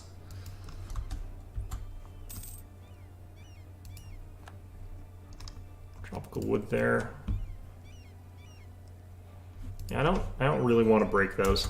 Let's just yeah, let's just siege. I'm not in like a specific hurry here.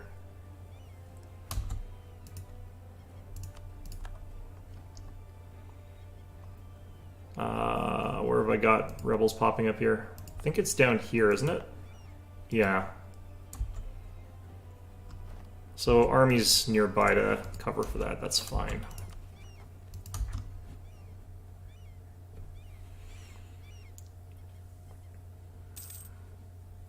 We got loads of manpower. Got plenty of income. Should be mostly fine here. Alright, what can we core here that's letting us...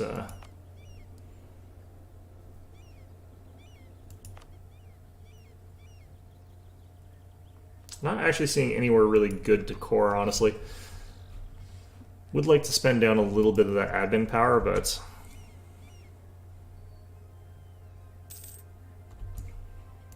Alright.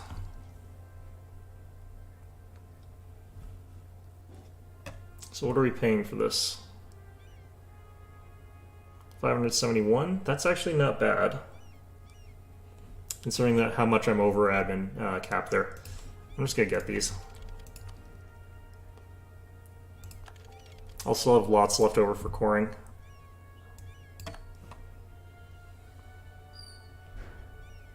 Alright, next idea group. That one's gonna have to be religious. Jambi separatists.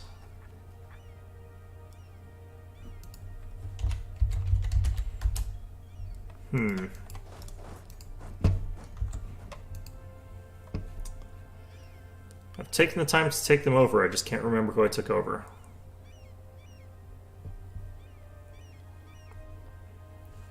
I probably should build more forts. That's probably one of the things I need to do, because my like army tradition decays so quickly. Like I've got full aristocratic ideas, which reduces the army tradition decay, but not by very much.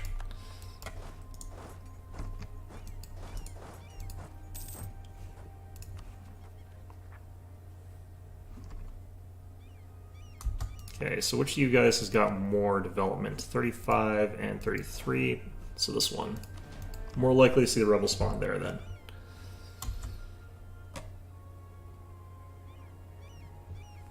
Alright, still ticking up nice and slow here, but we're getting there. Oh, crap.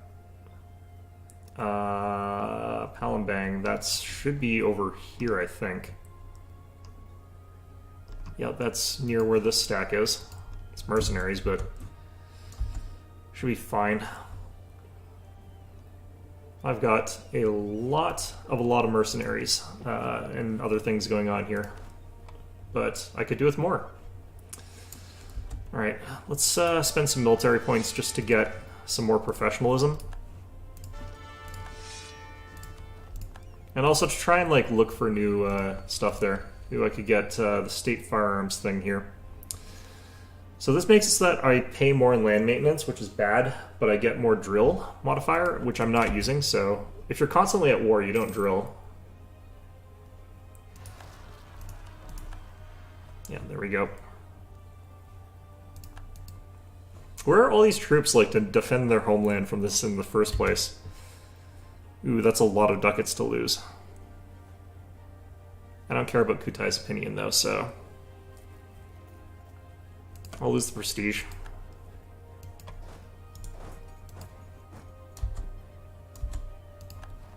Actually, what's your Miltuck? 13. I think I'm also 13. I probably have worse military ideas than he does. He's got a 4-1.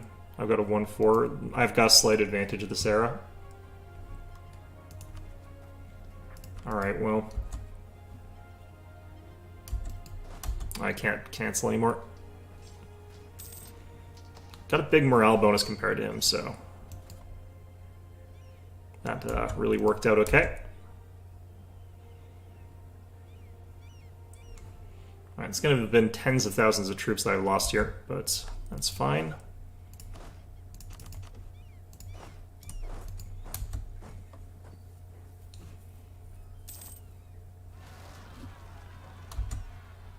Good. Do you know where the rebels are going to spawn, or you've got a good guess as to where they're supposed to spawn? Like, keep your army on top of where they're going to spawn so that you can get the defensive bonuses. Because they'll count as attacking you if you do that.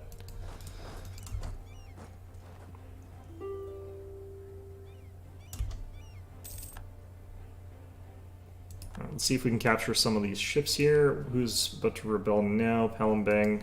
It's still over here, isn't it? No, that's over here. How many stacks? 15,000? That's a bit much, but I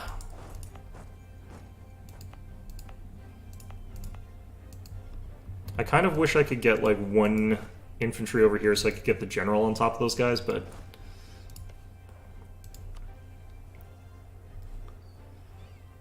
let's see if I can get the full thing in one peace deal here. No. So, if I just don't want to keep going to war with these guys, what I can do is sue for peace for this group individually. Really?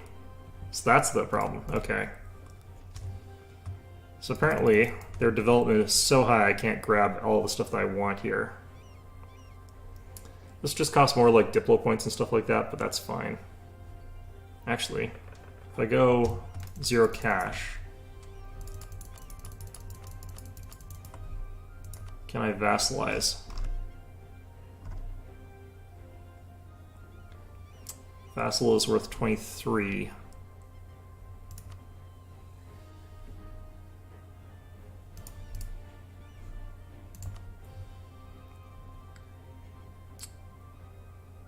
Oh right, it goes up if I give them, if I let them keep their more valuable territories.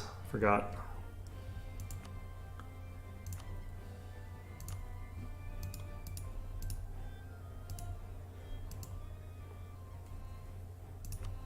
Guessing this wouldn't work either. It's so close, too. Alright, let's grab the things that we can. Alright. Welcome to the coalition against us being a thing that's real, except not because no one around me is strong enough to even, like, think about joining a coalition. coalition. Yeah, capturing ships all over the place here. Alright, and then we'll fully annex these guys once I get my diplomat back.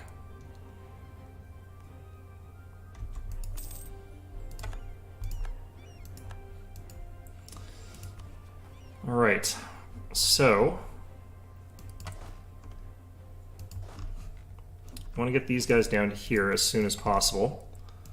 And we're going to do a sort of cheaty thing that is perfectly legal, as in, like, it's within the game mechanics. If you stop the game on the 1st of the month, you can see if this is ticked up to 100%, and you can use harsh treatment to get them down below 100% without losing like any sort of progress or anything like that. It's just, you can do it. Which is really useful. Okay, so this region here, we're doing some conversion here. So Buglas over here.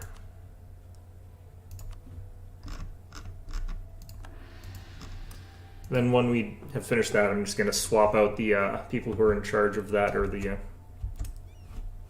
side projects there. Alright, so these guys are allied to Majapahit. We're going to try and declare war on these guys, get Malika and Kedah. But can I do that now? I'm going to also click on this. I'm just going to wait till we've got Japan is united.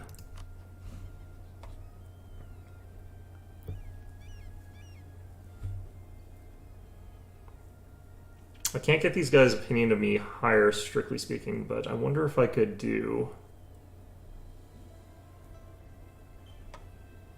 Sankin Kotai, maybe. I've got enough legitimacy that I could, but it's kind of risky. Alright, got another one of these lousy dudes here, so let's get rid of that. We're popping them out like left, right, center, so it's not like I have a hard time replacing them. It's very much like the Henry VIII sort of way of dealing with this.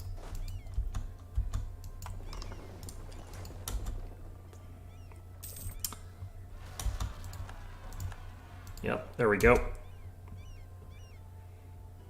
Just think of this as getting small amounts of army tradition.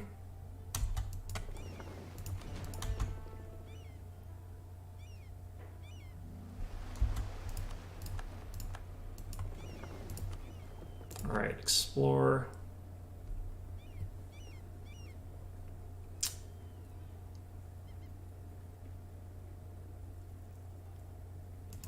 Let's hit Mediterranean up here, I think. Alright, grab all those. There goes like all of my that stuff. That's fine.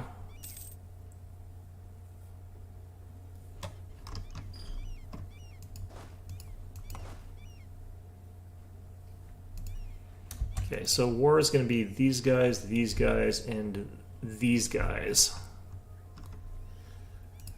And some of these are like tributaries of stuff like that, but none of them are tributaries of like Ming.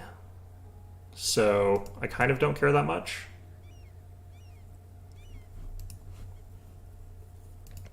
And we sort of just want to cut our way into like Pasai would be enough probably. At that point in time we'd have pretty much complete dominance over this trade node.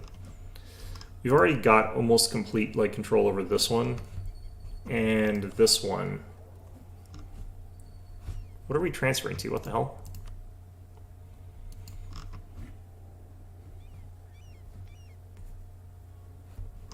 Interesting. I think it's because it was going back up into Japan. Can we actually just triangle trade here?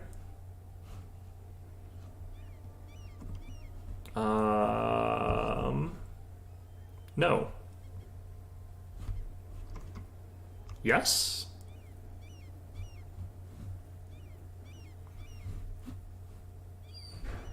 From Giran to Japan. Hangzhou. No, it ends up in Malacca, and I can't get Malacca to flow backwards. So it's just, if it gets to the Philippines, I can send it around, then to Japan. Down to there.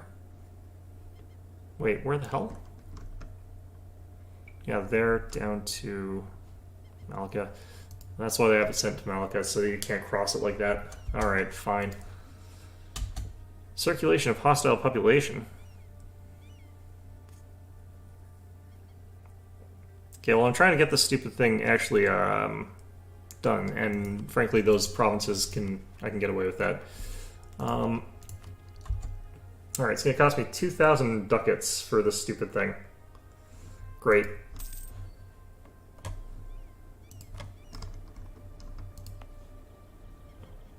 Institution spread is so slow. I'm actually boosting institution spread as well, so that's all great. Ming is busy imploding. I actually need to use this opportunity to like take out Korea pretty soon, but don't need to right yet.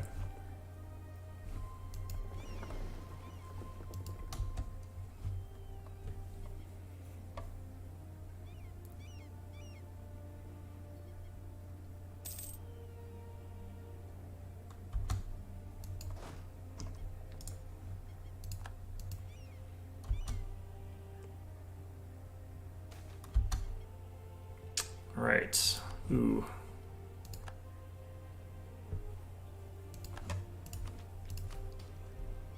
That doesn't look too bad. Okay. Might as well summon diet here. Okay,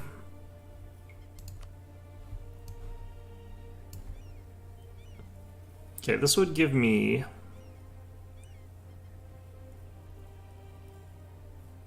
a really good rank 3 Inquisitor, which I would love to get.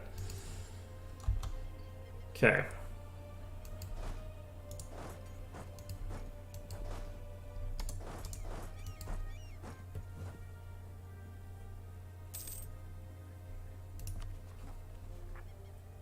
I've got so goddamn much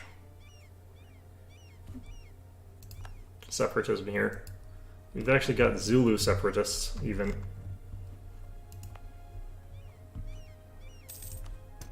Just go ahead and do that. There we go.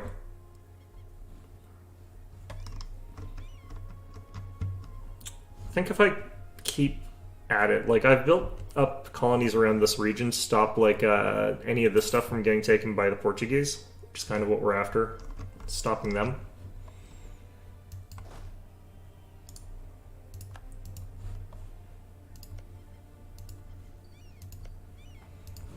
And we just got to wait a little bit until our overextension is about to drop a bit here. Then we can go to war again. It's bad to go to war when your overextension is too high, just because it makes it a bit awkward to actually recover it later. I think I can do this. Because this is where the majority of their army and stuff is going to be. I don't think these guys have very many armies, and they're a tech behind.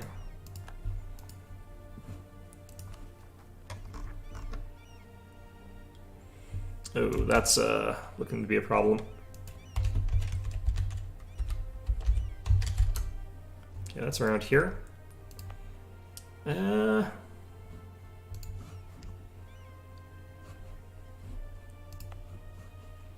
probably have to squash those rebels before I can go to war. Okay.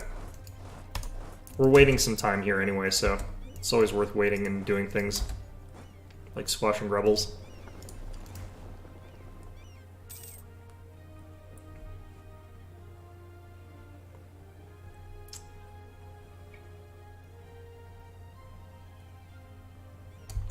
Okay. Let's do this. Get there in less than like the month. Okay, so we're gonna head over there and then we're gonna increase this army by like another... We're gonna get 2 cannons, I think. Alright, got that done. So eventually this is gonna be our new capital. So I can get up to 4 places here, and we want to make sure that we're constantly getting stuff from Kyoto to reduce our capital size, so that we can make it an easier migration once we swap government type. While we're waiting for expansion to drop, I probably should do another...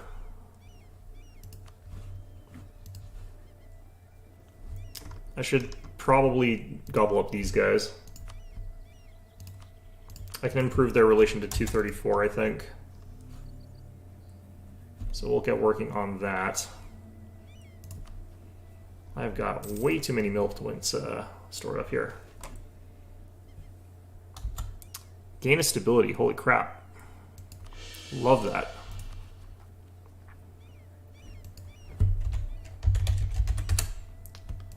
Learning how to use the search function on this game like quickly is one of the most key skills. Alright, I'm just gonna do this way.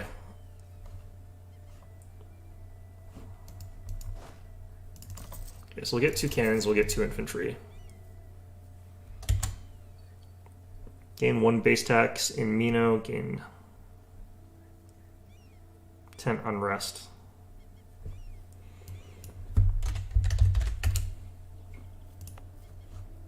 Okay, so it's at minus 7.7, so I'm gonna go ahead and do that.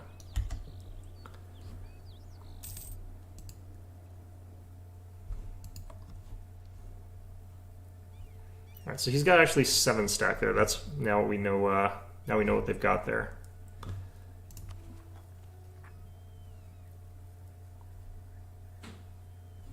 Can't believe these guys are still being annoying. All right. I'm just gonna send normal. God. Standard colonist.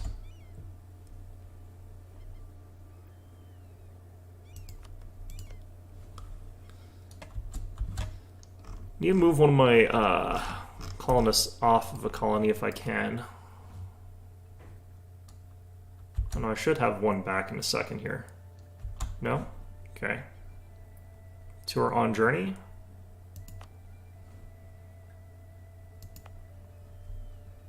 Gonna recall here.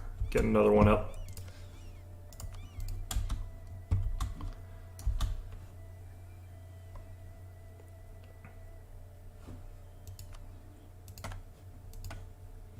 That's fine. That's fine.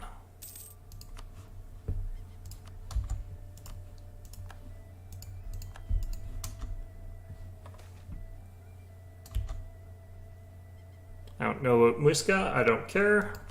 Let's grab that prestige. Also, apparently it's about a dog. Rains bring fertility. Or self-governing colony Ando-California declared war on Yakui. Sure. Have fun. By the way, is that war in Alaska still going on? Yeah. Good job, guys. Well done.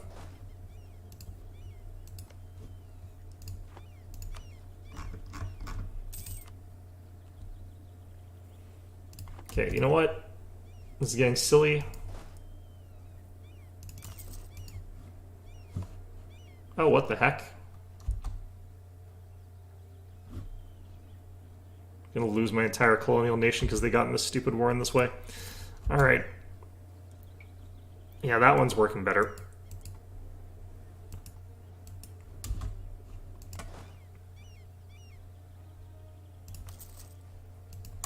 And we'll do that. Look at that. What a disgrace. Alright.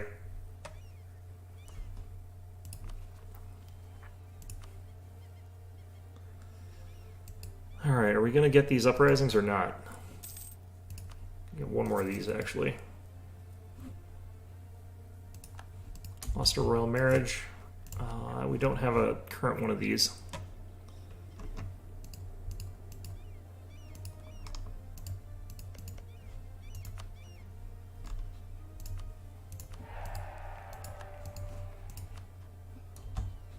Yep, there we go. Do we have a royal marriage with So? I imagine we do. Yep. Nope. Oh, they're a pirate nation, right? They don't do that.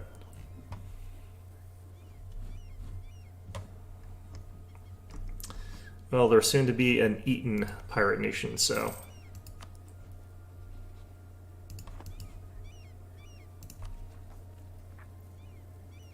These have all stopped progressing at all, haven't they? Ah, lovely. Love to see it.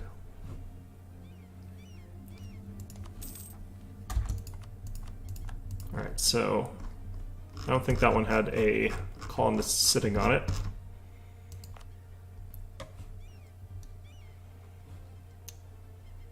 Let's see here, yeah.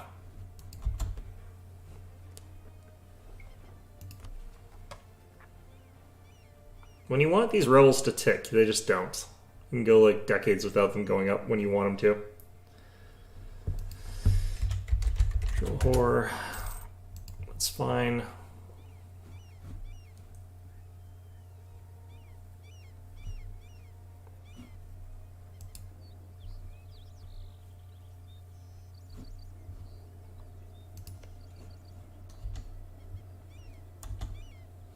What the heck? Our guys are the ones that got tired of the fighting. God damn it.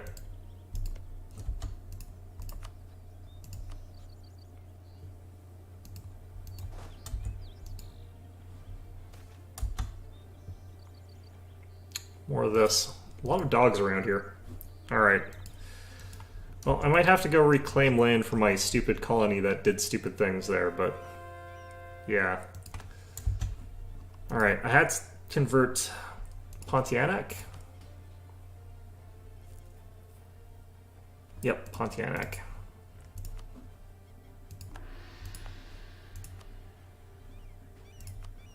Swapping you to enforce religious unity. And we want to swap out this region. Where were we doing that? Alright, get rid of that here. Okay, cool. So what have we got left here? I have to declare war on these guys, which we will get into when we declare war on Magic Pahit in like 6 years or whatever. We're about to overflow on military points, but we're ahead of time on tech by 14 years. So what we're going to do here is hire like another 1,000,000 generals. That was actually a pretty good one.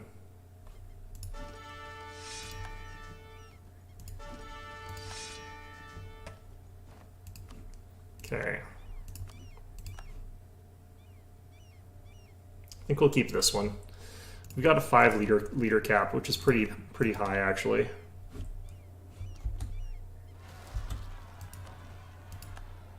Ashikaga's getting their revolts going. God damn it. Alright.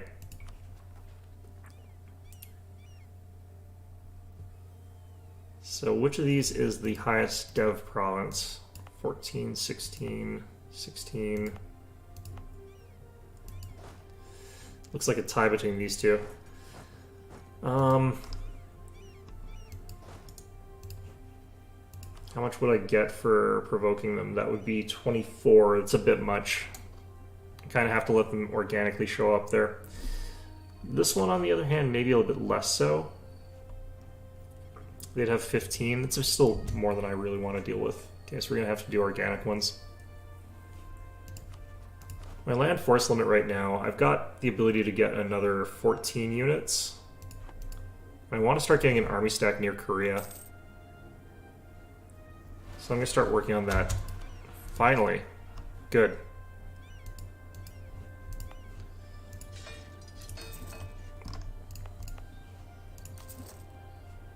Alright, I'm doing this the wrong way. 3, 4, 5, 6, 7, 8, 9, 10, 12. There. I can also use army template, but I don't really want to. Alright, so that should build up to force limit, which is a really good thing to do.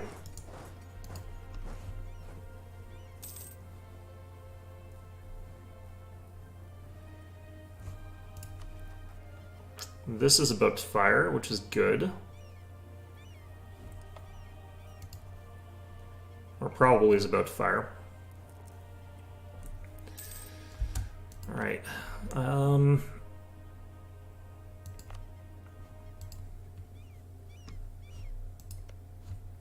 If By the way, if you're wondering why we don't just, like, remove colonists and then have the colonies grow on their own, like, all over the place, you still pay colonial maintenance for having them. So you end up spending an absolute fortune if you're doing it that way. But it's worth it if you want to get it done faster.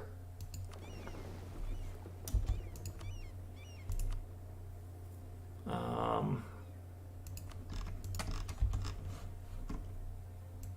think that's Portuguese there.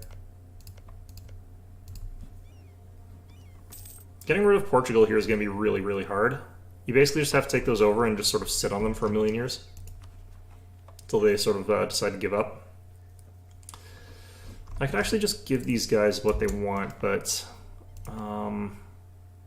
yeah, I could probably just give those guys what they want, actually.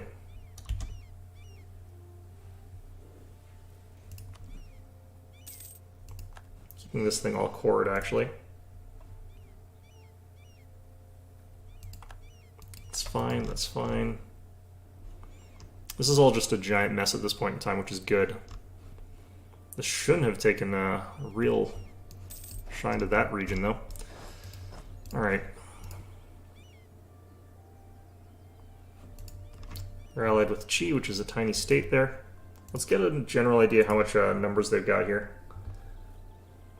Let's see here. They've got actually a lot of troops. About 80,000? 70,000. Well, potentially be a bit awkward.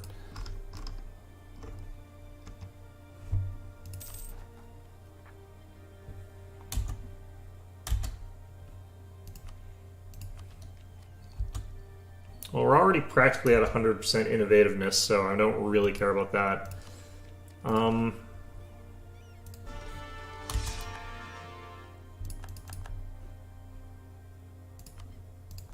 We're hoping to, like, roll a good general here, but we're mostly just getting professionalism.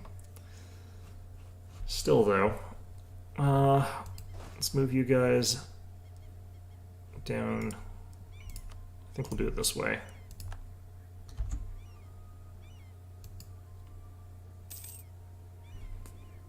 Currently at pretty high score here. Pretty good ranks across the board.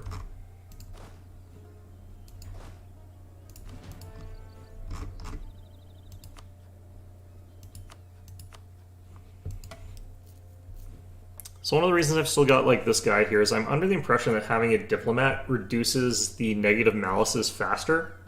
So we can get rid of the annex vessel penalty and the aggressive expansion penalty faster by having someone here. That's my sort of impression of this. That is a lot of... Yeah, I'm just going to say no. Alright. I shouldn't skip through these as cavalierly as I do, because like some of them have negative malices that are not immediately obvious. Okay, screw that. I don't want to deal with this. Have some autonomy. Or by which I mean, get rid of your autonomy. Alright.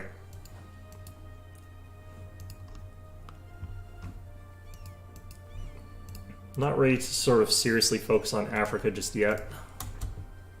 Ooh, our force limit went up by 1.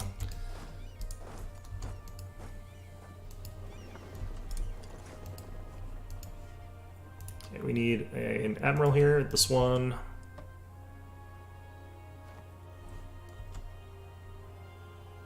I don't care. They can insult us all they want. We'll just kill them for it.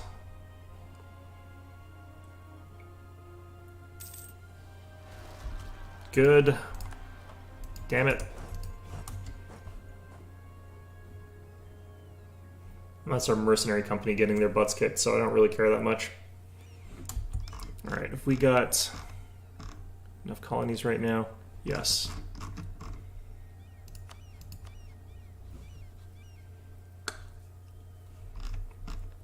Okay, I think we got enough there. Keep our spies just so that we can also grab up some other things pretty quickly here.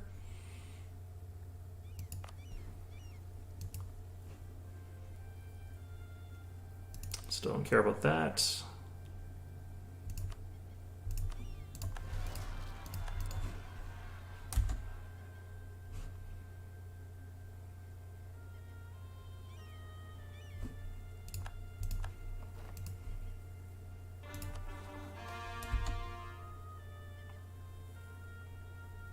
That's fine. That's also fine. Just keep grabbing more generals.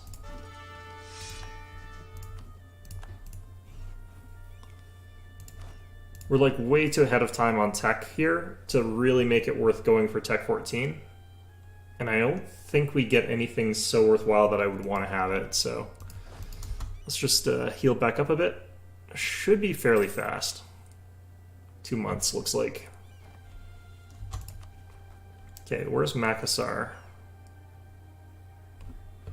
Okay, so Kendari. That's this region. Okay, I'm just gonna give these guys autonomy. Or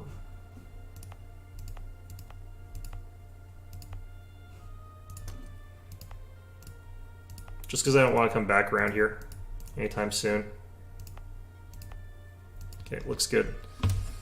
We'll get around to converting them religiously in a little bit here, but that's fine for now. Oh, Minato. Aha. I think actually we colonized that one. I'm surprised that one's disloyal. I really do need that friggin' religious idea group, which we're not going to get for a while here.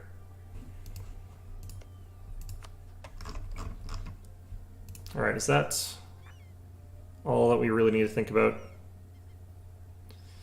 This region, actually, we've ended up with that army that we just built there, so I don't actually have to care about that one. So, this is all fine. Wait, who are you guys? Ah, right, those guys. Californians are revolting. That's fine. Old joke, really. Alright, we need to get up to 9 stack up here, but we'll do that later. For now, this is fine. I dropped back down to 90, that's fine. Okay. I'm always worried before I declare war, is it that I've done something stupid or I'm forgetting something important?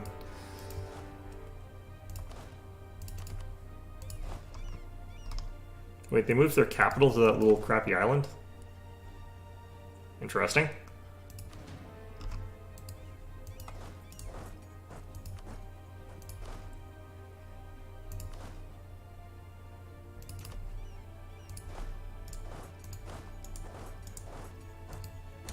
Okay, so we'll do that.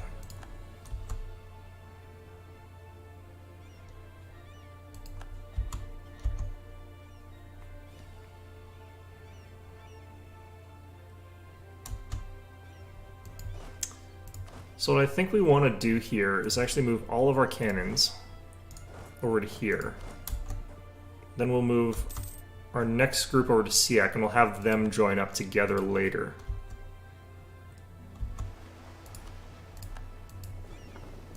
Alright, West African coast, Mediterranean coast.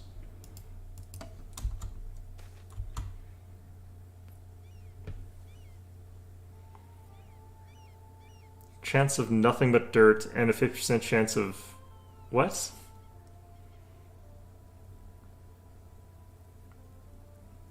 Now,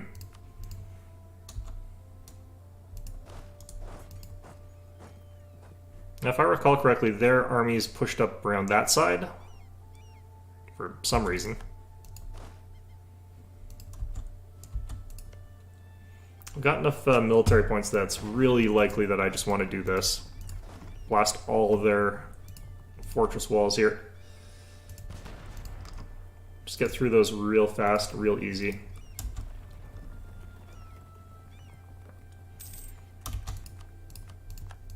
Okay.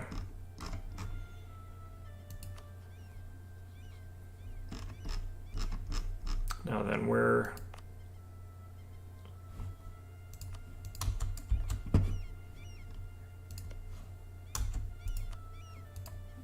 kind of wish I had gotten to like the southern part of Africa faster so I could have stopped Portugal, but I'm not sure if I could have. It would have been really hard. Let's see here. Tolerance for True Faith. Okay, I do actually want to move towards isolationism, so Tolerance for True Faith and gain legitimacy is good here. Especially because our legitimacy is not capped for once. Usually it is.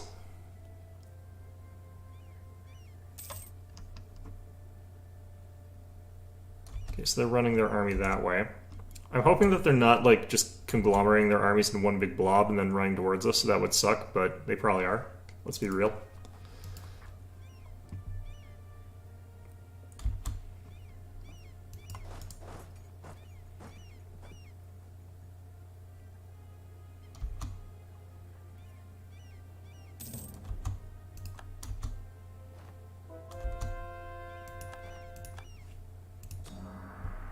Okay, so we completed that. We can now just continue on with this province here, and it'll be relatively fast.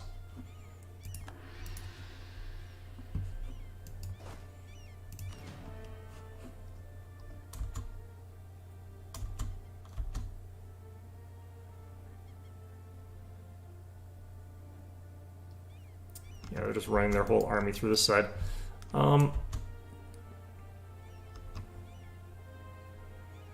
If they are heading towards Jambi, that would be one thing, but who knows where they're actually headed towards.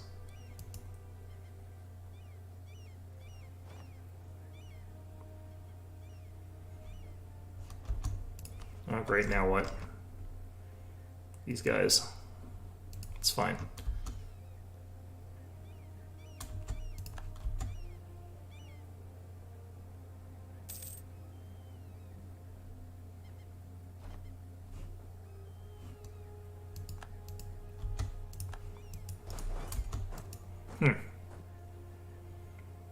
Wasn't really the one I was thinking we'd get overdone fastest, but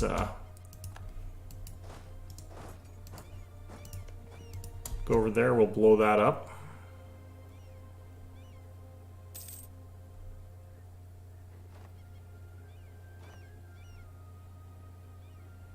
We're losing a lot of ships here, they're losing a lot of ships here. I think I'm mostly losing galleys though. Yeah, I lost 5 galleys and I lost a light ship, but I captured a light ship, captured 2 galleys, so... Oh no, that's not capture numbers. We captured 2 cogs, okay. Well, got out of that better.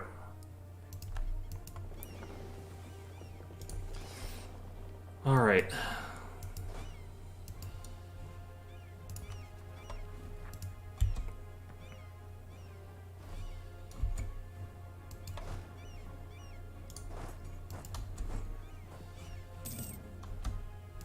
Alright, trading spices again. That keeps coming and going for some reason. I'm not too sure why. Oops.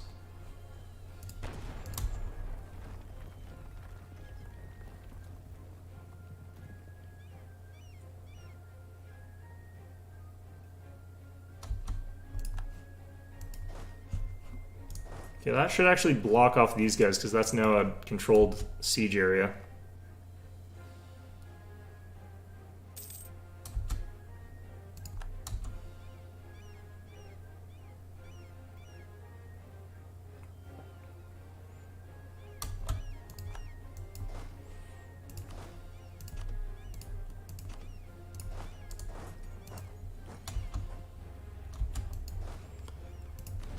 And this will help quite a bit if I can capture those guys or knock them out of the fight. Let's take the most damaged ships out of this group here.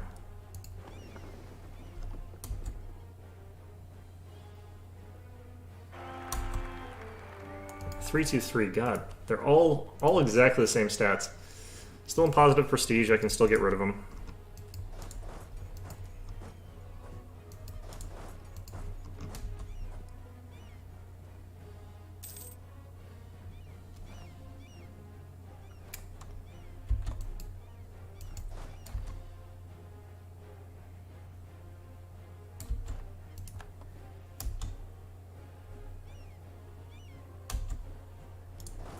Is he actually just looping around the whole way? I think he's just looping around the whole ass way. Alright, well, fair enough, I guess. Just automatically goes through our guys. Fantastic. Alright, let's get back out this way.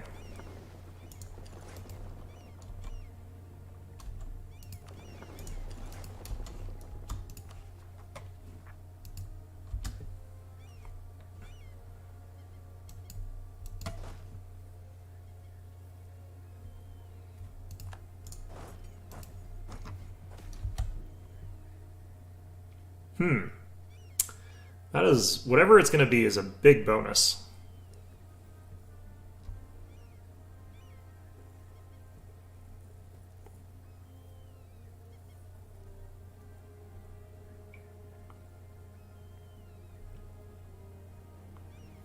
I kind of like doing the Reform Army and Navy thing here.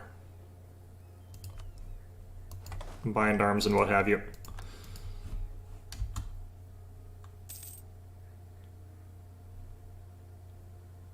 Alright.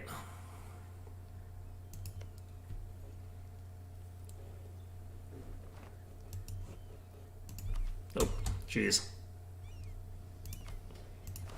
I'll spend a bunch of our military points again. We're up to 29% professionalism. That's pretty good. This is a decent general. I actually like him better than this one.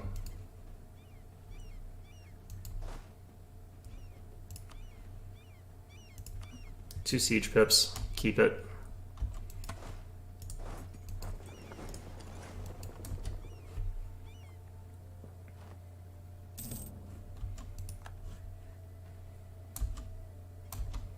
God, we're still way up on those.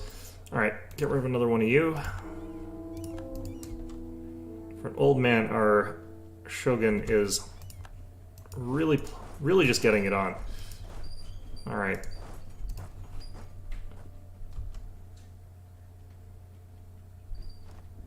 Watch as he claims that on a 14% chance there. Nope, disease outbreak, nice.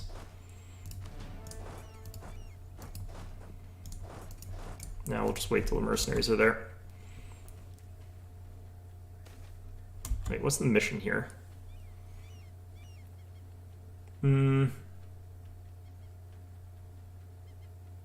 That's fine.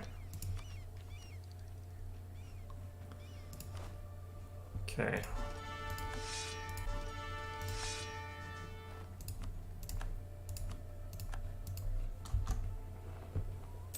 Still awful. It's impressive.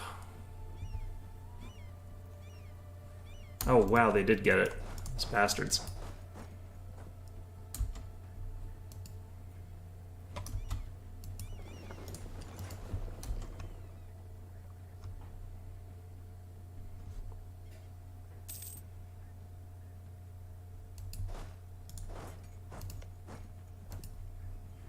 This should have a really easy time taking it out, though, because they should have a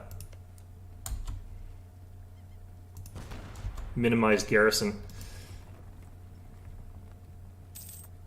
This time they won't be able to slip past us because we have these mercenaries here.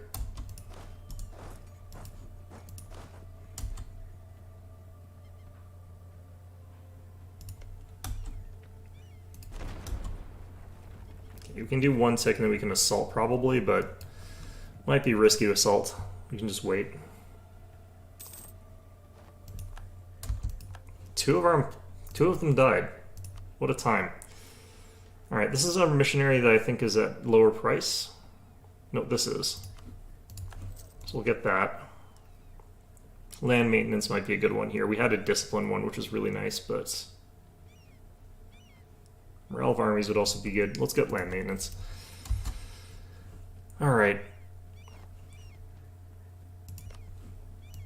Oh, they're retaking that, those bastards.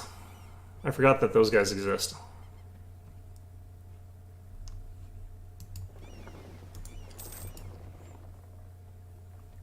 Well, they played themselves because I can trap them on that island there. Once they can't get off, then we'll be in a good spot.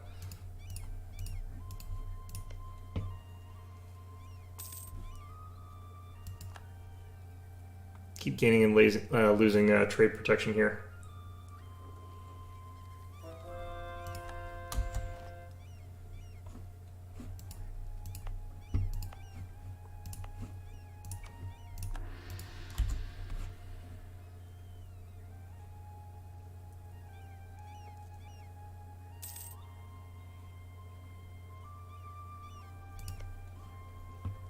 Okay. I'm just gonna assault.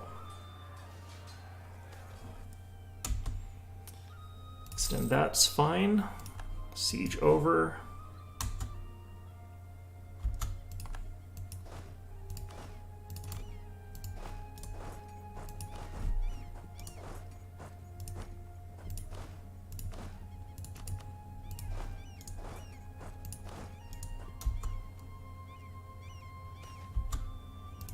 Great. That's good. We did lose a lot of manpower recently. Okay. How's this going? We're at 2,000. It's basically the same. I don't think we've gained like a single moment of traction on that. Alright, you guys. Too late, buddy.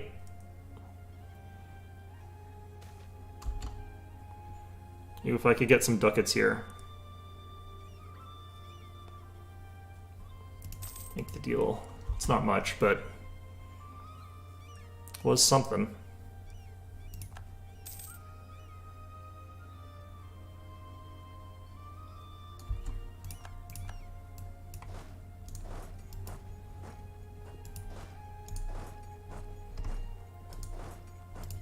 Okay, we'll do that. We'll do this. Do this.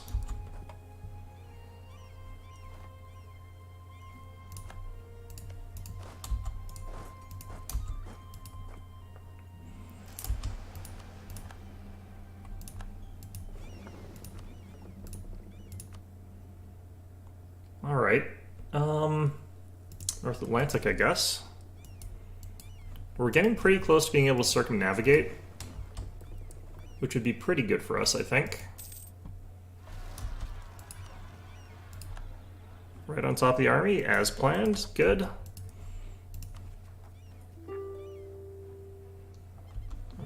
Where's that? There's always so many friggin' rebellions in this game. Alright. I think we ignore those for now. What's going on here? Baptized ruler, what? Why would I want to do that? No. Alright.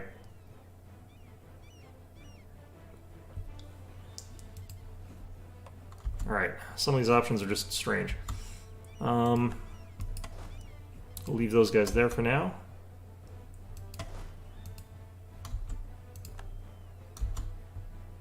We are losing like tens and tens of thousands of manpower though fighting here.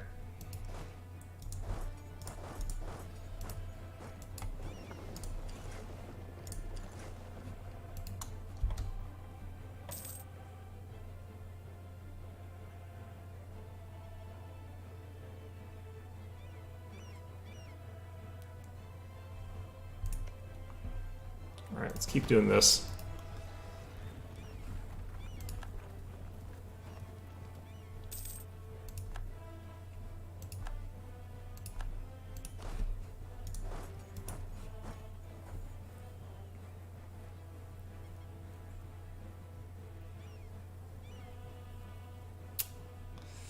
It's coming back around with that army, which is real annoying.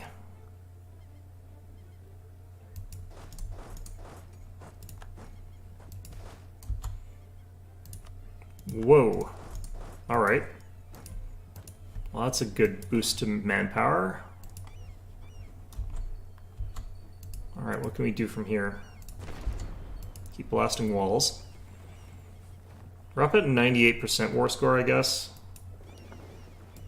Like, we're feeling pretty good, honestly. About being able to get this done pretty quickly from here.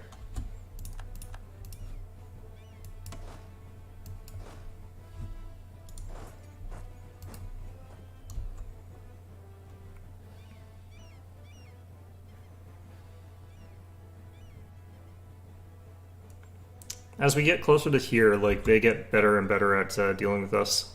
Okay, I can't lose prestige right now, unfortunately, because I'm still disinheriting people. I'm gonna have a regency in this instance. It's not really great, but it's not the worst. It's not the end of the world.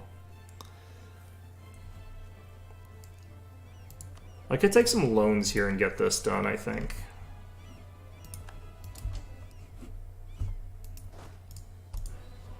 That might be what we do.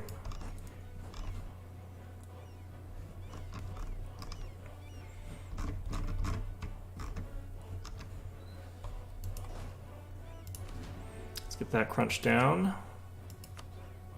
We're almost at the point where we can actually vassalize Ashikaga, which would be good.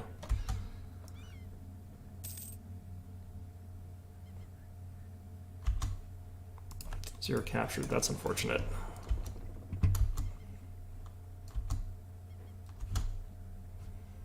Where are those mercs? Still walking? Still walking, okay.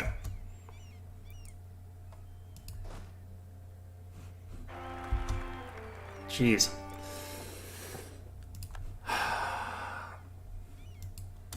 Yeah, I'm probably going to go back to that previous save just so I don't get so many, like, really lousy errors over and over again. Like, that is just unfortunate. Okay, so we've got 2. I can get 2 more. We'll want to pick places that are relatively, like, wealthy, though, rather than the sort of poorer provinces.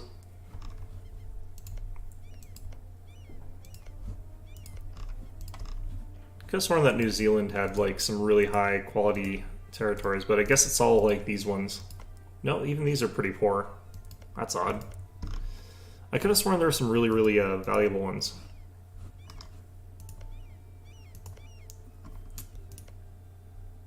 See, these people don't really value Sydney all that highly.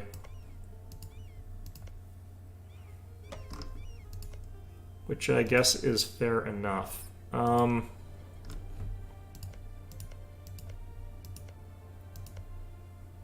332 is pretty good.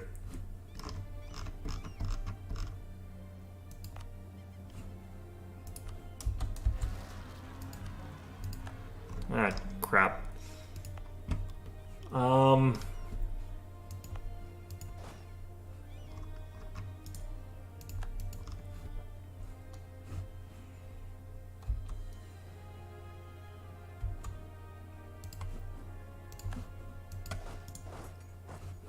Ooh, I am allowed to go this way. Okay.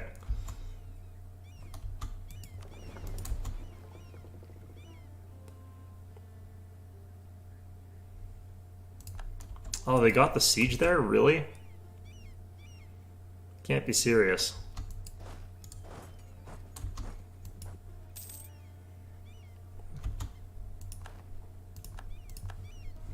Alright, so we've landed troops here.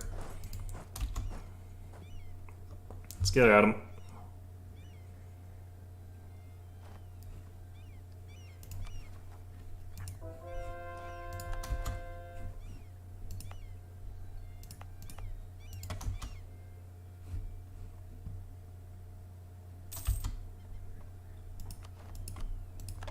Okay, good, good, good. No, actually, we'll send here first. Regular colonist is fine.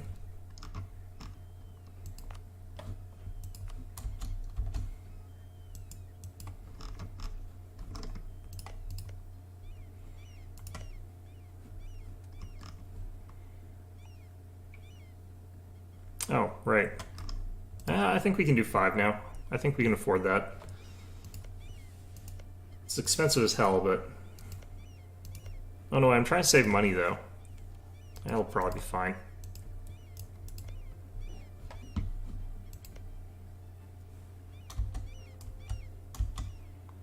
Oh, they are both already being sent. Okay, never mind.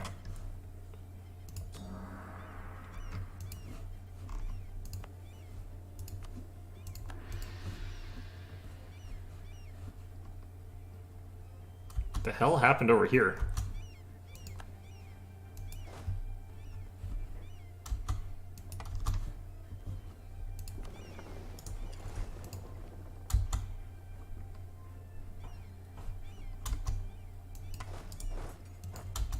I wonder if I can side with the peasants in this fight. Yep. Don't think I'm winning the fight, though.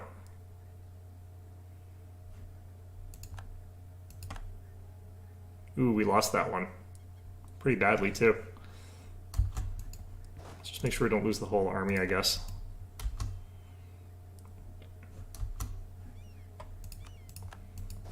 Alright, finally got that. Let's head down this way.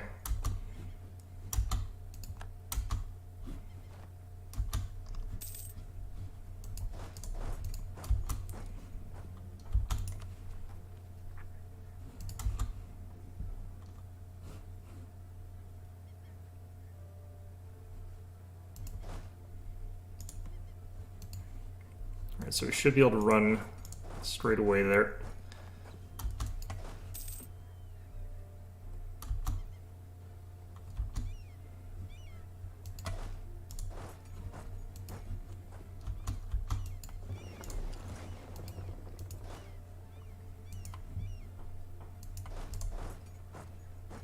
I want to recover just a little bit more here.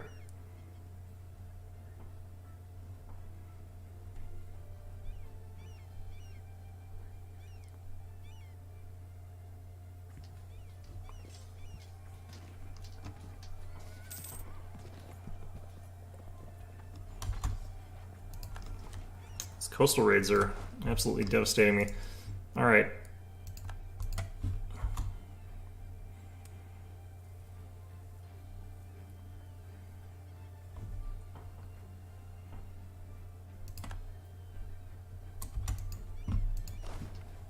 I'm going to retreat back here.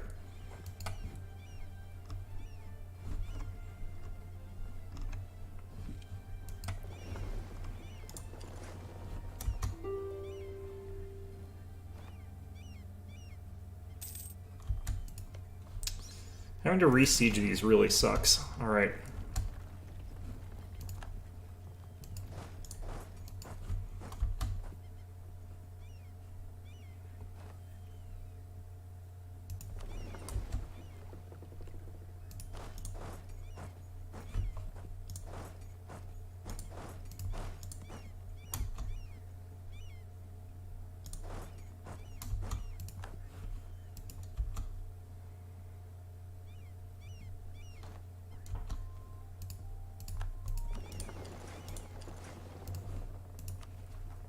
Alright, well, ooh, we're over our governing capacity. Only by a tiny bit, but still. Let's produce war exhaustion if we can. God. Yeah, those raids are difficult to deal with. Alright. Again, we're trying to go for isolationist. Ooh. That's all really good. Okay, I really like that.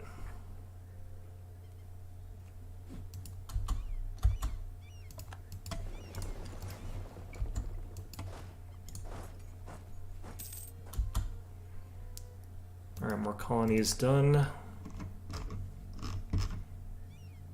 What a stressful game this always is.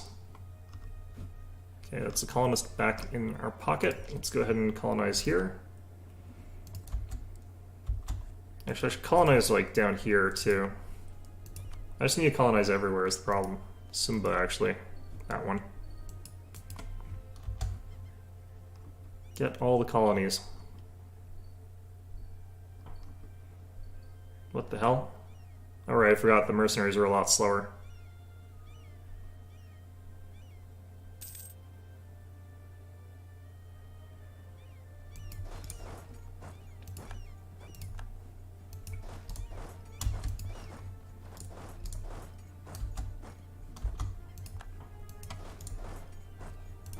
We've got pretty much everything, though, so you know what? Let's just see what we can get out of this.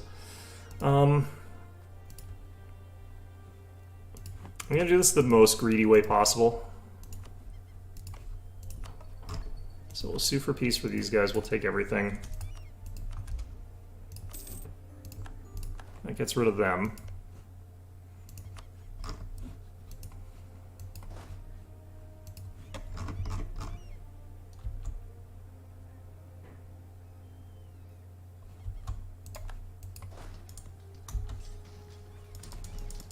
Might get wiped there, which would really suck. Doesn't look like it. Okay, good. Okay, so you guys were my primary war target, so I don't want a peace treaty you guys. I want a peace treaty these guys.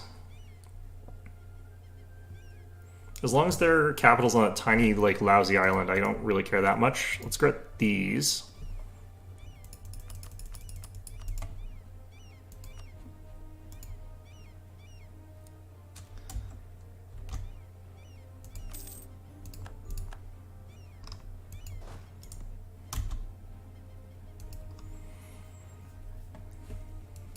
So the reason that I took what I took is so that we've got this like nice continuous sort of section here. So I can sort of get to everything like a little bit more easily.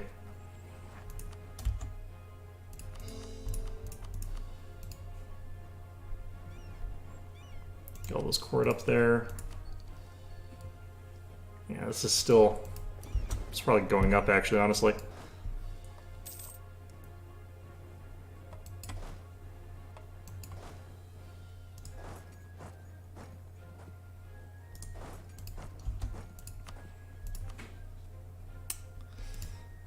Okay, the thing is, I could actually fully annex these guys, and I can actually do it right now. Even with all this. Oh, wow. Okay. Well, that saves me some issues later. Dangerously overextended, but you know what? That's fine. Okay, well that apparently isn't, but... Oh, it's because it's got rebels on it. It's fine. We'll just sit there and slowly die. It's okay. Alright, do I want to start taking loans? Because maybe I do. It would only take one.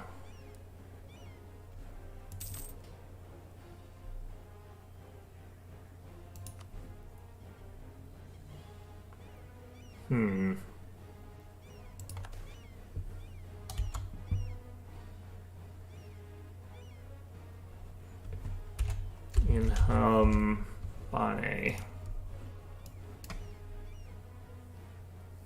It'll get me another one.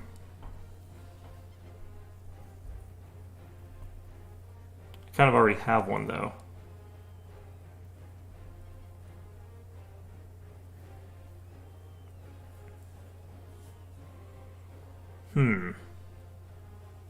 This would be really good, but it would be really difficult to do.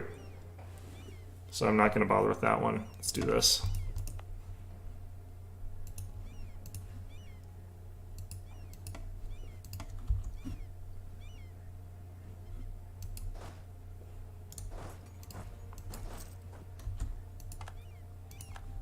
Alright, more wars that I could get into right now if I wanted to.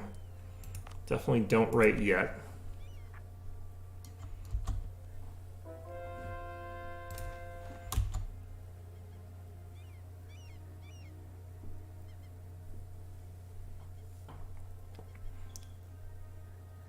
That is a lot of unrest in every single province.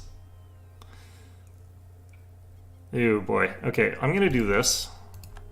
Censorship here is fine, because we're just gonna buy our way into this. With a loan or two. There we go.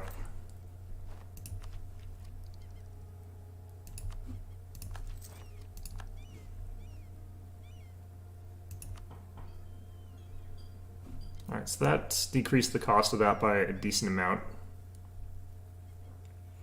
I don't think I could have, like, held off on getting these for, like, 7 more years. That would have been pretty unrealistic for me.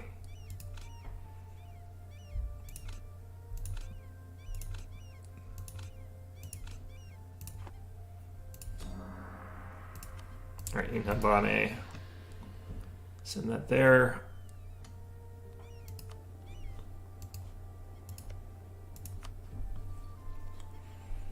Only need 40 more on that one, but realistically, we'll just do this one first.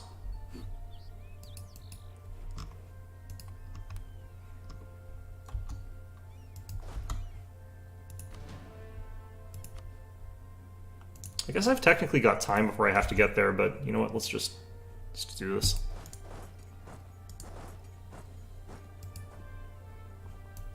Oh wow. Taking a lot of losses there. That's fine, though.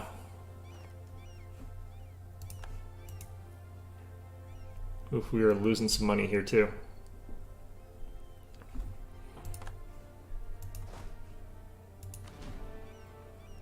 Oh, we're in a coalition against us. That's fine.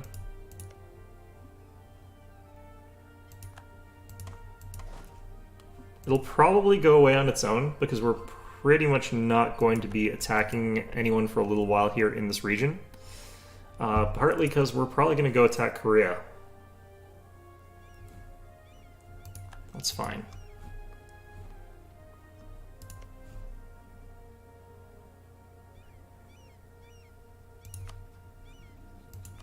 I think we'd end up in a coalition war there. Yeah.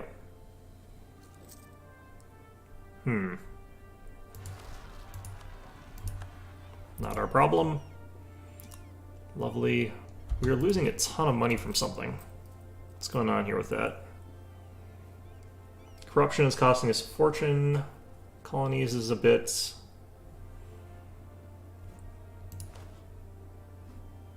I think it's mostly rooting out corruption's costing us a bunch of extra. Or that seems to be the bigger problem. Yep, that's fine.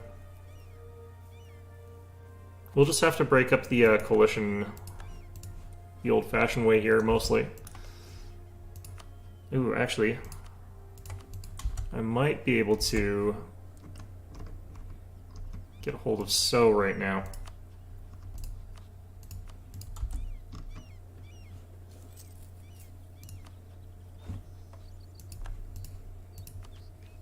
This one I don't want to get yet. It's going to be another year at least before I bother getting this one, because we're going to be going for an admin tech, so if we or an admin idea set. So if we get that now, it's going to cost us way more, and we're not going to be able to afford our other stuff. So waiting's going to be better.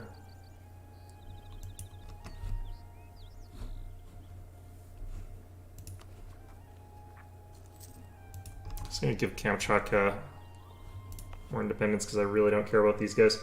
They're not providing us any money or anything, so... The Bengalis they're in a coalition against us? Okay, now people might attack us.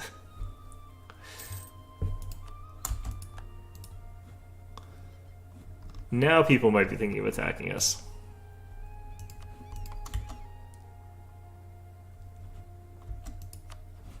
We got a big spy claim here. Okay.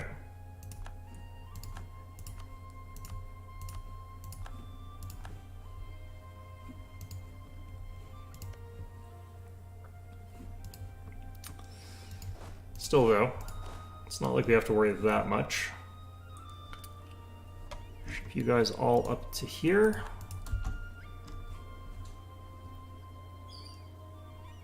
Oh, these guys get gobbled up fast. Wow.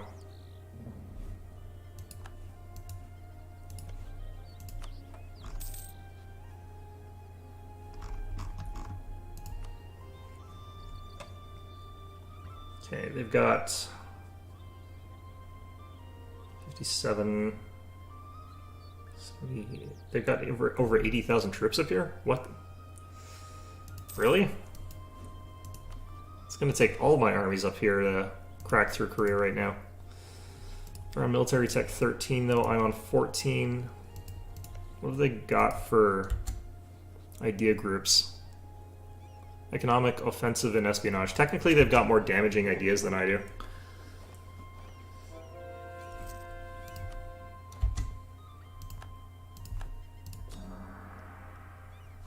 Okay, so that's all done. Let's just get back down to here.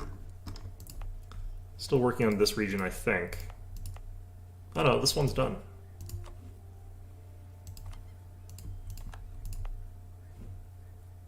Okay, so we're just gonna hit this. We're not going to actually core anything there.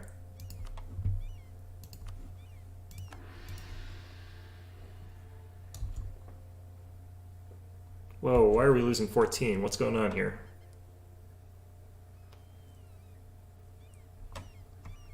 Our forts are costing us a lot. But 14 still seems extreme. What's going on?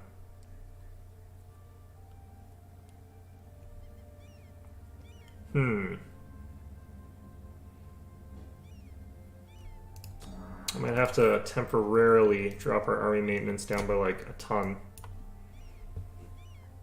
Which is dangerous when there's a coalition against you, but what can you do?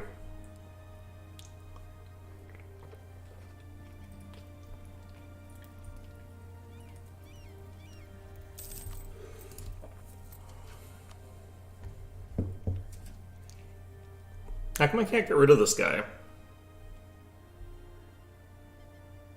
Interesting.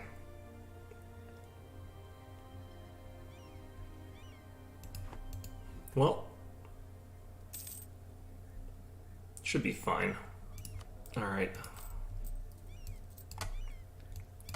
Because our army maintenance is something that deters people from attacking me, I sort of need to bump it back up there.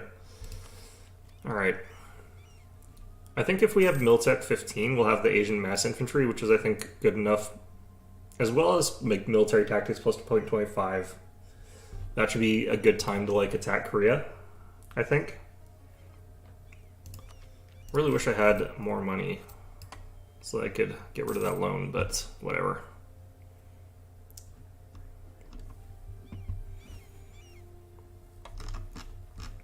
How are we doing for colonies here? We've only got 3 right now, but I can only really afford to have that. Mosquito. I think I want to build down to like Panama so that other people can't easily get here. It also opens up the choke point to stop other people from getting in this region.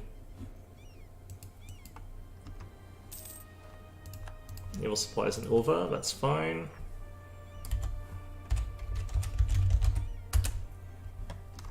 Okay, I need to get my army up there. Where's my navy? Alright, it went up north here by Korea.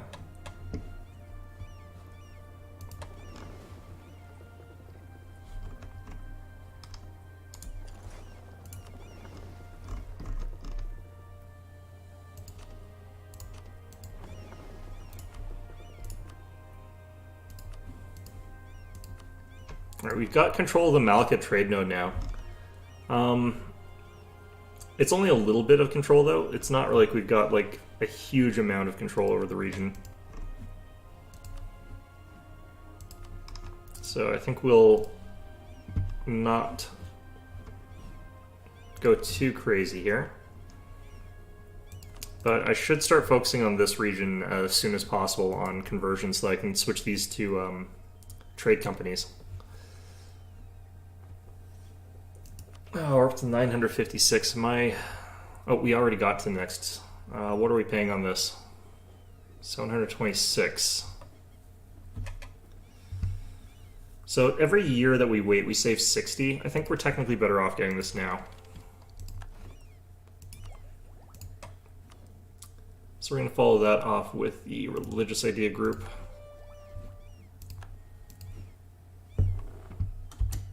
And that'll help a bit.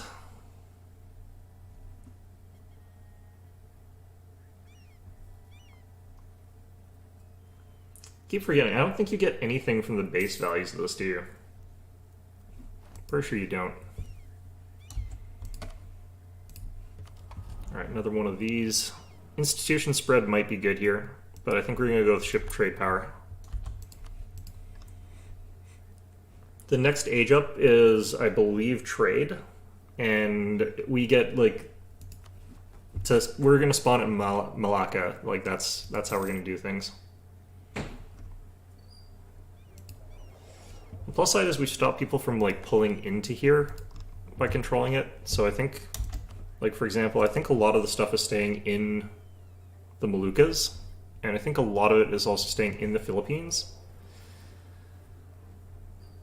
Oh no, we're transferring from the Philippines deliberately. Never mind, okay. But normally what we're going to do is like send it down here, then we're going to send it over to here, and that's going to give us a lot of trade power overall. Could also work on getting like any of these, because they're so weak right now, but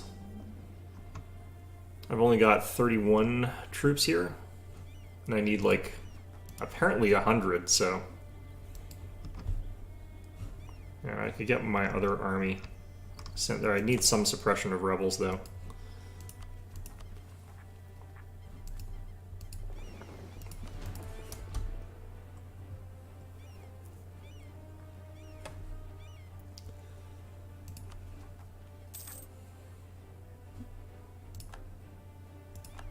It's produce modifier. That's a really good one. That's going to help us a lot. Oh, I can abdicate this guy now if I want to. I'm too old now to do that, though. Stuck with a 4-3-1, that's not great.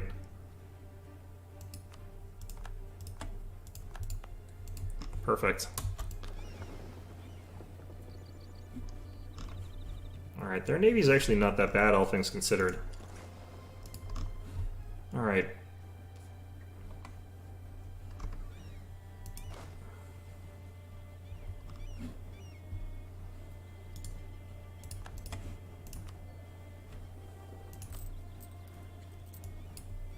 Go back onto full maintenance now, just to stop that coalition from firing. Toss a few extra troops as well. Alright, I think I can actually buy these guys to the point where they'd be willing to join me here.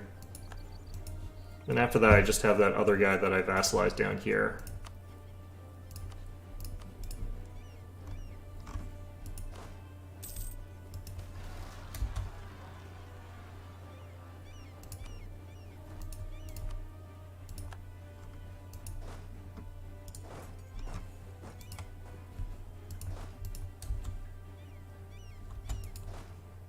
Right, no general there. Alright.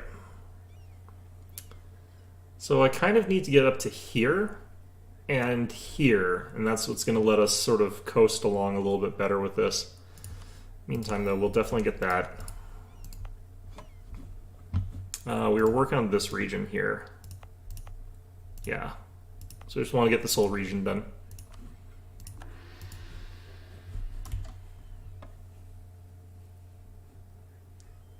Alright, we have to pay for those guys.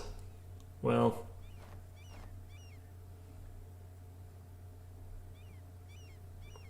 that's relatively fine. Are those rebels going to win? Against my giant mercenary stack? That they outnumbered? Doesn't look like it, no.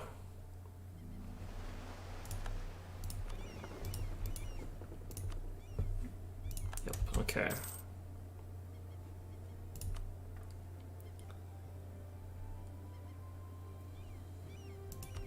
So I guess finish off this.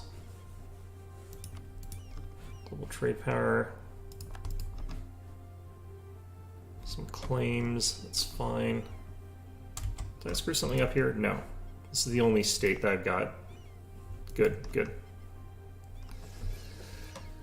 Okay, so...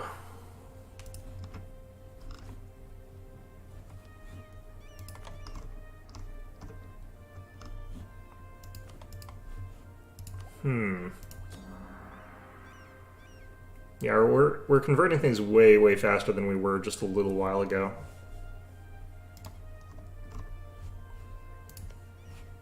Do need to take out some of the provinces, though. Where... oh, no, wait, this is the wrong viewer. There should be some temples around here. I can never remember where the stupid monoliths are, or monuments, or whatever. There's one in, like, Bali that we took, but it doesn't give us a missionary or anything like that.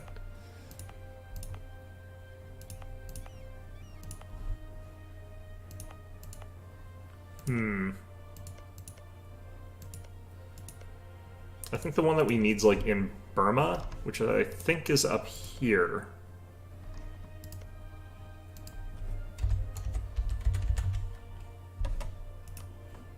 Oh, this region. Oh. No, it's not that one.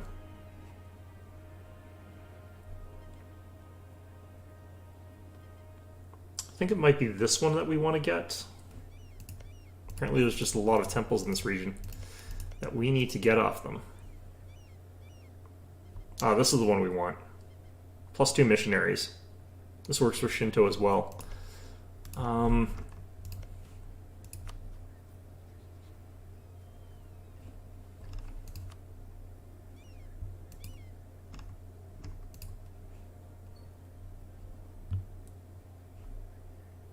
I could improve relations and try and vassalize those guys by settling next to them, which might be a good call.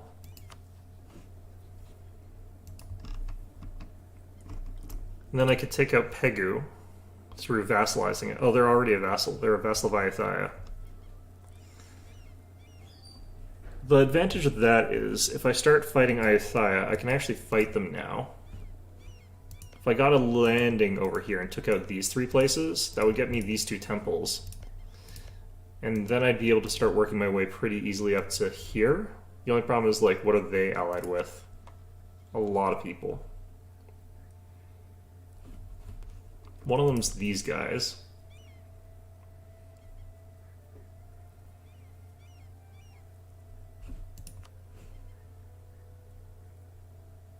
It would be tricky, but I think I could get out there and take him out. Alright, we'll try and make that a goal relatively soon, but fighting Ayathaya is always a giant pain in the ass. What we would want is to find like a tributary state or something like that, and declare war on the tributary or whatever, to suck Ayathaya into this war, and then sort of use this choke point here as a grinder for them to just get bashed against. Which, otherwise we're sort of pushing into their territory and taking huge amounts of attrition, which they're going to force us to do regardless, so it's never really that fun. Either way, though, it is 5 o'clock now. I rolled pretty crappy airs, like, I think 6 times in a row this time, so I might actually even go all the way back and redo all this, but, you know, it's a good view of, like, how I play the game, I guess. In any event, though, that is going to be our video for today. Hope you found this one enjoyable, and of course, as always, hope to see you guys